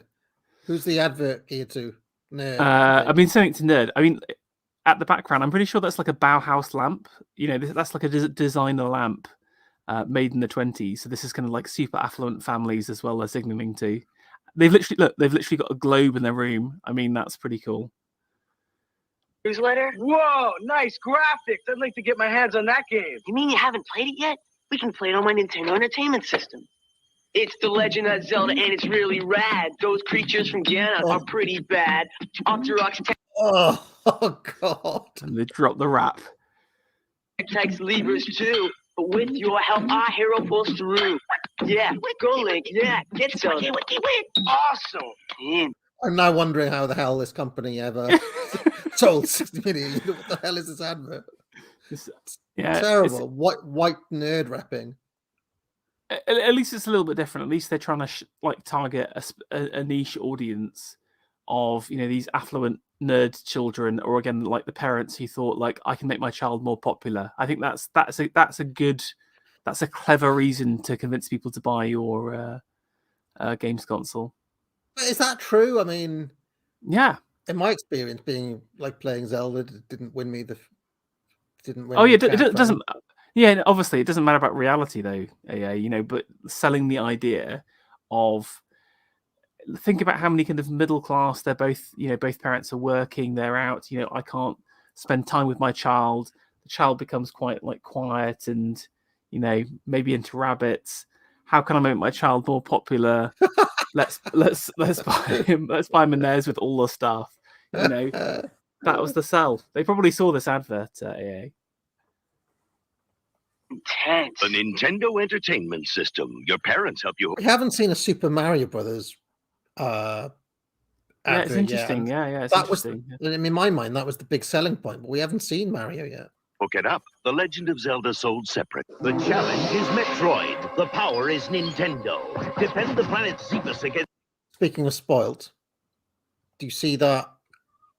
Do you see this? Hold on. Is Metroid. The pad. power is Nintendo. I had Defend the that. planet- I had that. It was called the NES Advantage. That joystick. It looks cool. It looks cool. Came with the mega package that I had secondhand with all the stuff. Entertainment System. Your parents help you hook it up. The Legend of Zelda sold separate. The challenge is Metroid. The power is Nintendo. Defend the planet Xephus against... That NES Advantage was good because it had a turbo button, and that was super useful for playing Mega Man. That turbo button, right? To the point where if I play Mega Man today, I still have to have turbo. Yeah. I know. Yeah. It's the evil Mother Brain. It's survival or destruction. Do battle or die. Metroid only from Nintendo. Play Rad Racer. Play with power. It's turbo speed in 3D. It's treacherous tracks, hot cars, hairpin turns. One mistake and you'll roll. Come on, Pharaoh. This is easy. This knocks the pants off all the other systems. Come on. I mean, it's pretty good. Only from but Nintendo. Now you're playing with power. Just on all of these, I feel like they're really struggling to identify like why people buy games or understand the audience at all. You know, it's very much about just like here's the latest game. It's got more graphics, or you know, I still think that Atari has had the most innovation in terms of how they're speaking to their customers right now. What with Mr. Video Game USA?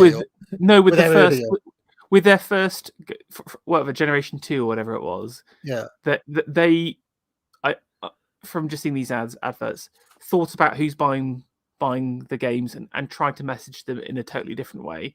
Nintendo's just doing it exactly the same way as Atari has done, but just like we're those guys but better is their message. What's it like to play the Nintendo Entertainment System? There's RB. Look, there it is.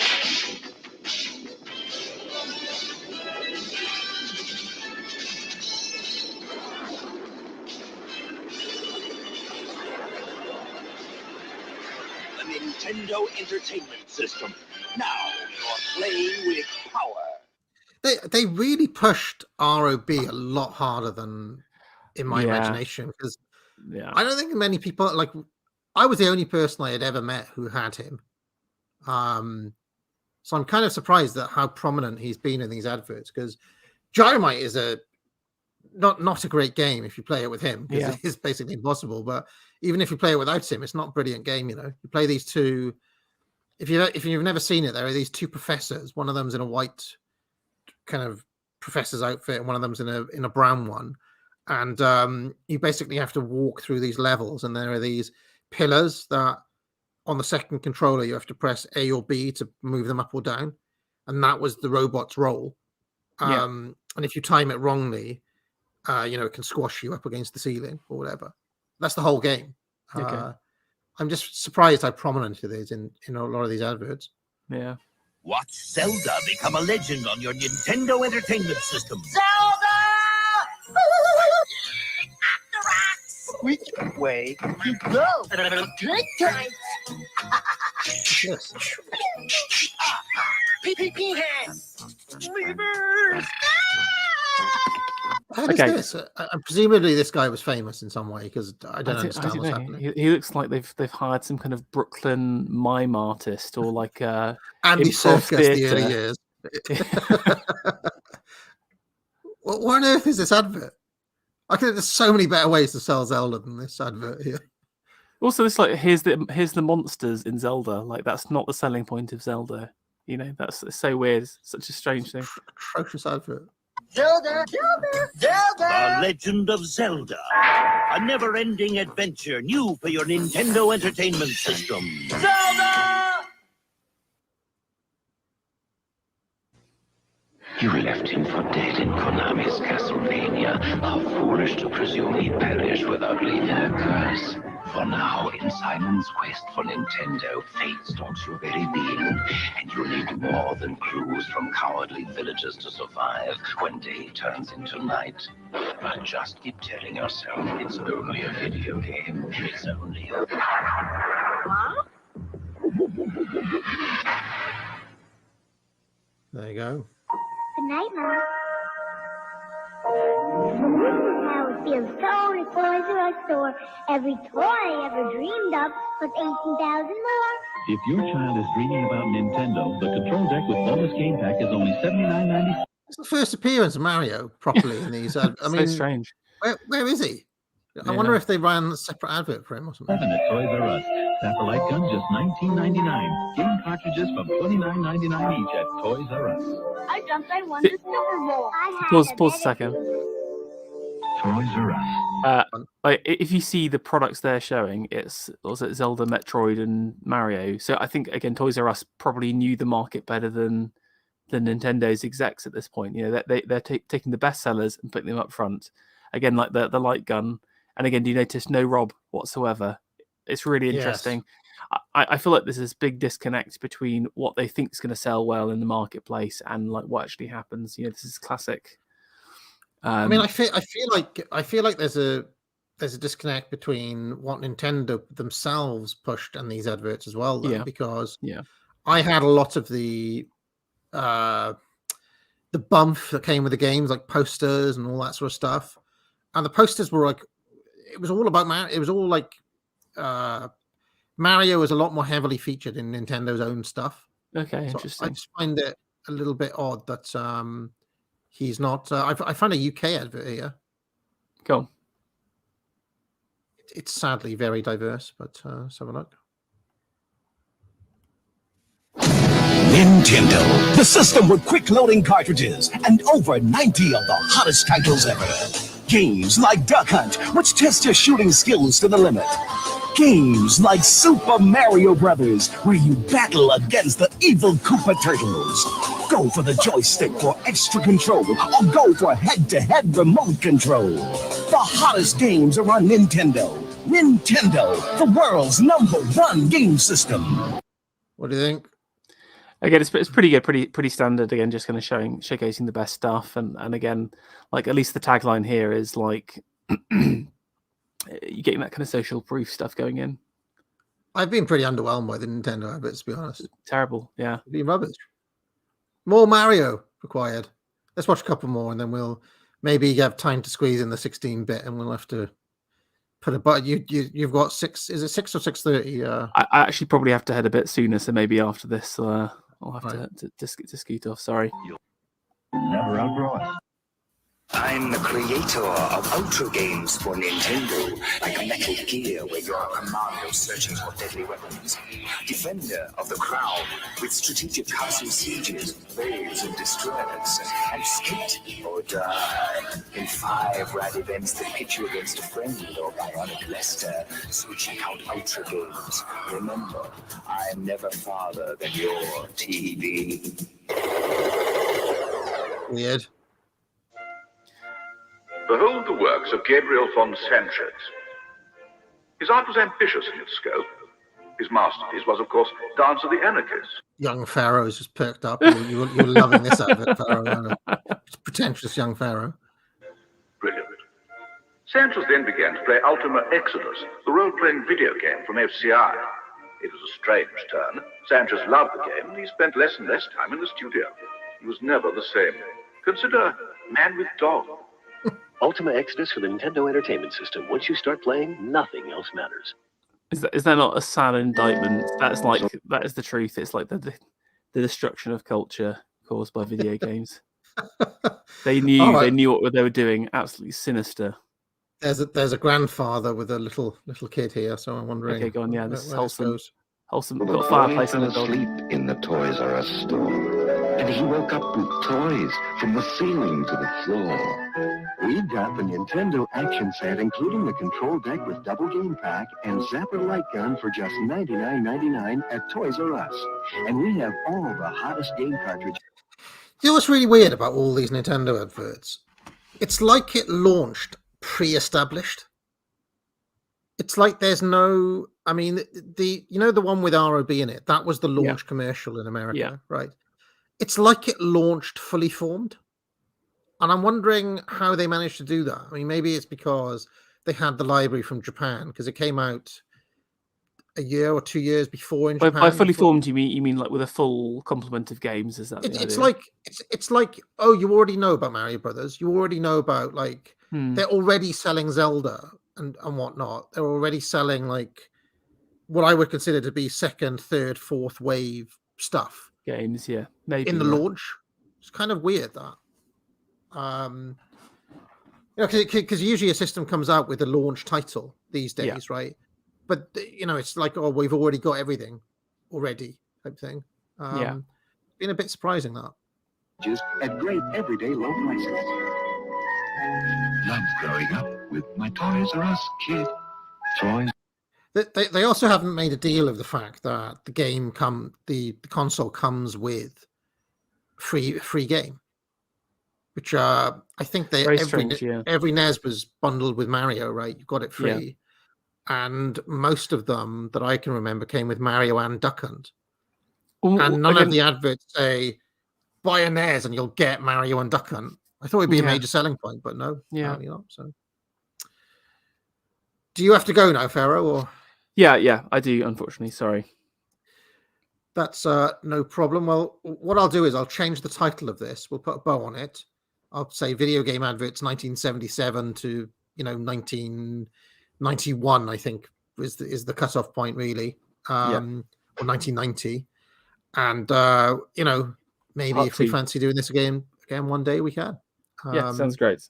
Well, thank you so much for having me on, and I thought it was very interesting. And it's a shame that Atari just didn't manage to evolve further. I think they had some real progress and then just didn't know where to go, it seems like, but interesting. I mean, people call it, we won't call it part 2. I have a different guest on next week that I pre-booked, but we'll come back. We can come back to this whenever, whenever, and do like the next couple of generations. We did the first 3 generations here, and there are 9 in total. So that sounds good. All right, cheers, Farrell. Okay. I'll do some super chat. So after you go. All right. Yeah, catch you later. Cheers, Farrell. Jeremy Beadle 8 Henry's Cat says the Amiga 500 advert featuring the song "Sunshine on a Rainy Day" by Zoe was my favorite advert. The Sinclair QL advert was also interesting, albeit not exactly video game related. Holocron Record says, AA, Entropy just made me download an app to do 2-factor authentication. I came to enjoy classic videos from my video games from my youth, not to give away my information. Yes, Entropy also made me do that, and I had to use my phone. In the thingy, they're saying that they've been made to do it by their processor, by their money processor. So seems like it's a compliance issue that they're being made to do it by a regulator, essentially. What else? What else have we got? I'm actually a little bit surprised that Mario did not feature more heavily in the Nintendo adverts. Kind of surprising. Wonder if there was a Super Mario Brothers separate commercial. Benjamin Rood says, "AA, will you at least tell us when you launch your Mario Lore channel so we know when to start the autistic hunt for it?" No, I won't, Benjamin Rood. Benjamin Rood says it's okay to be an NCIA. It's okay. Yeah, it's true. Brando Johnson says the Kayfabe Gang Nero Cyber Collective enjoyed this stream. Well, thank you very much, Brando. Chris Primer says you've killed me. Destroy Kalar with your misplaced morals, beastly greed for adventure. So there we go. I'm a little bit interested to know if there was a Super Mario Brothers commercial like the original one from 1985, because it seems really odd that they didn't have commercials. Hold on, there is a commercial here. Let's have a look. That's the Japanese one. See if I can find. Oh, here we are. Let's just watch. Let's just watch a couple of Mario ones before we get out of here, out of interest. So here's this one.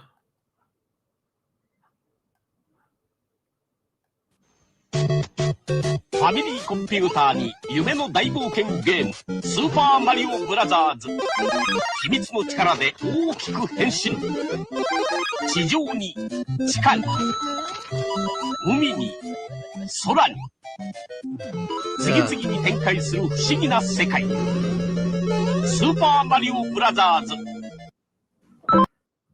日本交通公社のスーパーサマーフェスタ。今、夏の旅行を申し込んで、スーパーマリオグッズもらっちゃおう。交通公社のお店へ来てね。混ぜてパクパクおかしなお菓子。混ぜてパクパクおかしなお菓子新発売スーパーマリオのカレーライス今ファミコングッズプレゼントあのスーパーマリオがアイスになって新発売今人気のゲームカセット Incidentally, a little bit of deep lore here. Hold on. Do you see this? Do you see this bit of graphic here? Where is it?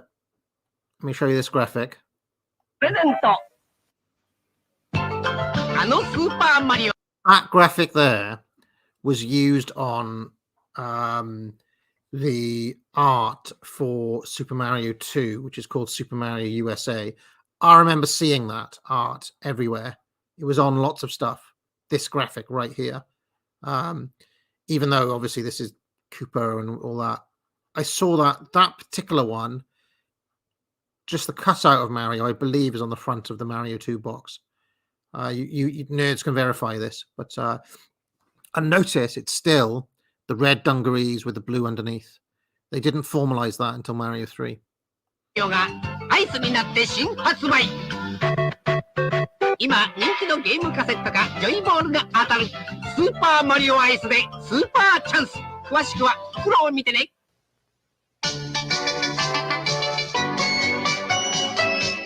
見て見てスーパーマリオも喜んでるぞ君も一緒に黒金のスーパーマリオですファミコンファンのご期待に応えて See, they locked in the basic designs of Bowser and stuff pretty early in the Japanese commercials. スーパーマリオがウルトラレベルになったスーパーマリオブラザーズ2新しい高度なテクニックが要求されるスーパーマリオブラザーズ2ディスクカードで話題の登場スーパーマリオブラザーズ2はさすがディスクで面白い I gotta see this guy again.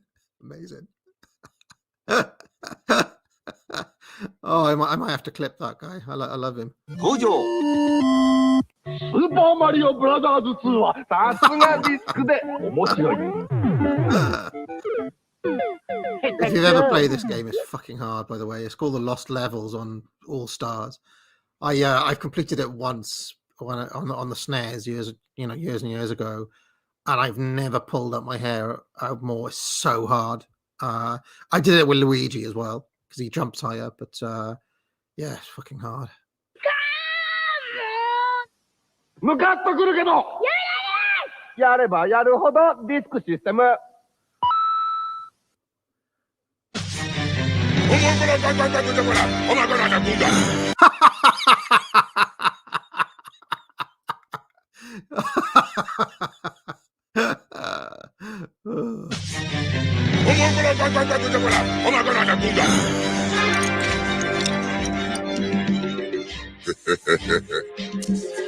Oh, man.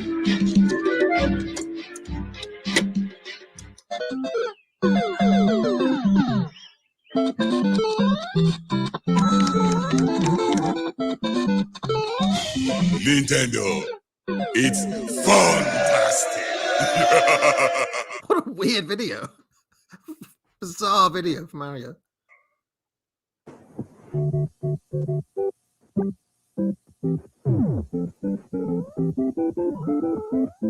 Weird.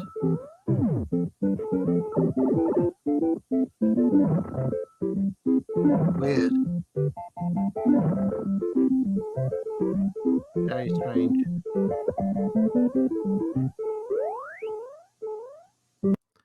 It's almost like it launched as a pre-existing phenomena in America, which is a little bit odd. I'm wondering how and why that happened.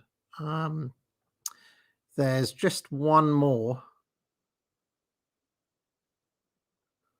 Let's have a look. Here's one. Here's the proper American ad, I think, for it. The Mario Brothers are back in the all-new legacy action game Super Mario Brothers for Nintendo Entertainment System. Travel across land, sea, and sky in a never-ending, action-packed adventure that will leave you glued to your seat. Can you topple the terrible Koopa King and save the princess? Pick up a copy of Super Mario Brothers for Nintendo Entertainment System at your local toy store today and take on the challenge. Now you're playing with power. Okay, so it had its own advert. Unusual. All right. Shall we do one more before we get out of here? It's quite fun. Do one more before we get out of here.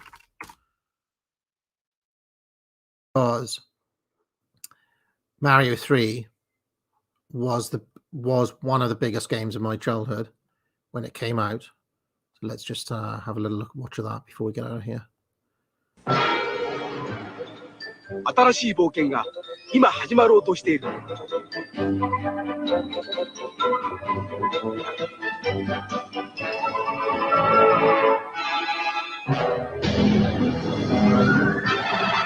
愛よ、勇気よ、奮い立て。僕らはマリオと強くなる。テクニカルファンタジーゲームスーパーマリオブラザーズ3。Mario!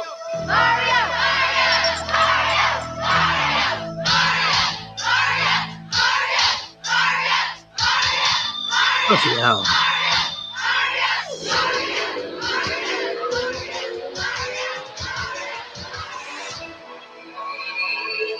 He's back. All you had to do was ask. Super Mario Brothers 3 from... Note the blue dungarees with the red underneath. That's where it really gets formalized, is right here. Nintendo. Now you're playing with power. Éntrale al gran mundo de Super Mario 3. Venciendo peligros y obstáculos, acabaremos con todos los enemigos del reino de los hongos y salvaremos a la princesa. Super Mario 3 exige la garantía y servicio de Seito. Nintendo, la gran diversión. I have to say, none of these games are really selling how awesome Mario 3 was in the actual adverts. It's worth mentioning that.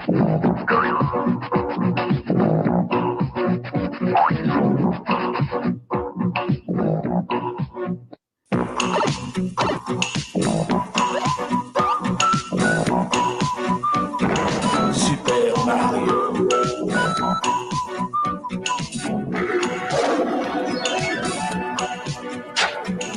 Super Mario.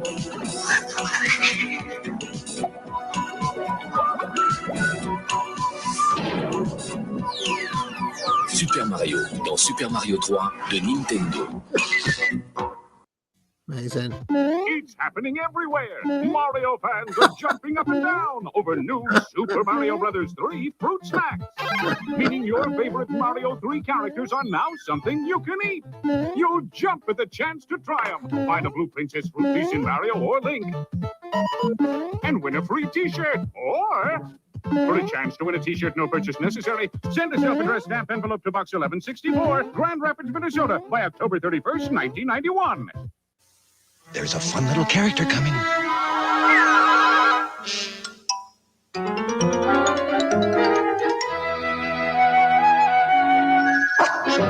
Only Only McDonald's has bouncing Super Mario and Friends, spinning Luigi, flipping Little Goomba, hopping Koopa Paratroopa. You can collect all four, a different one each week for 59 cents each.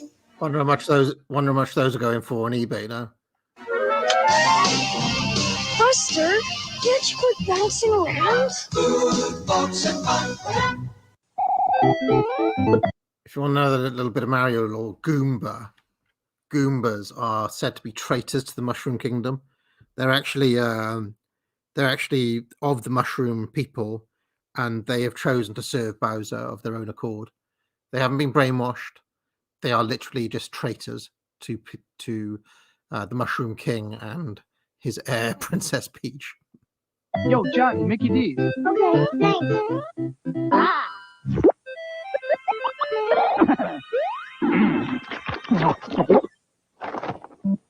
Oh boy. Look who's popping into McDonald's. It's Mario from the new Super Mario Brothers 3 game. And when you buy a McDonald's Happy Meal, you'll get a pretty major tie-in with McDonald's, didn't they? a jumping Mario, or a kooky Luigi, a Koopa Paratroopa, or a little Goomba. McDonald's Happy Meal. You can collect all four. Mario! Look, Ronald!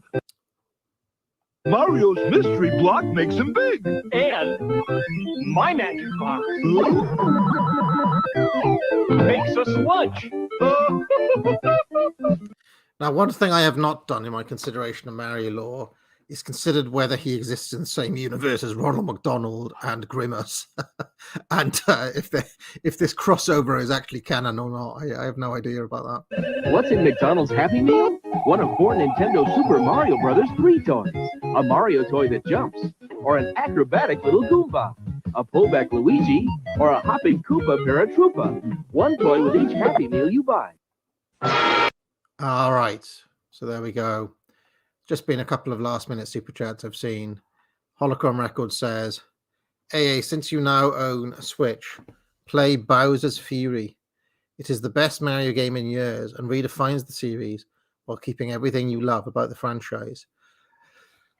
Bowser's Fury. I mean, I seem to remember I've got a game which has got plus Bowser's Fury. It comes packaged with something else, I seem to recall. You can't get it on its own, is that right? It's a Mario 3D World plus Bowser's Fury. I've not yet to understand what that means. Is it a completely separate game then? Is 3D? I just thought Bowser's Fury is 3D World just again. Is that right? Explain to me what it is, someone. And then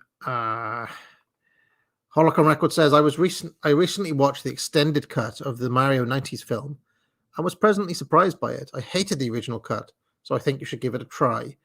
I've tried to kind of erase the memory of the Bob Hoskins game movie because it was just awful. But if you say so, I mean, I still haven't seen the one that's out at the minute because AAA, my 3-year-old daughter, was scared of the dark. She was scared of she didn't want to stay in the cinema.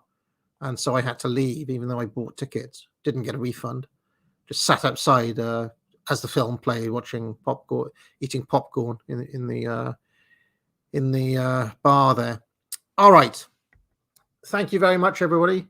Just a reminder: do buy my courses, join the channel, join my Substack where you can get the podcast versions of all my shows. I am uploading the archives to there as well. And I'll see you next week, next Monday for Cigar Stream. There's a lot of great information and history in this book, and even a mystery trick that you can learn at the end. So take it from me, Kenneth Michael Benbow Blake. This is a great book to read, so pick it up at your local library now. What goes on in this town is none of your business. As long as I'm living here, it is. Then maybe you shouldn't be living here! Well, that's easily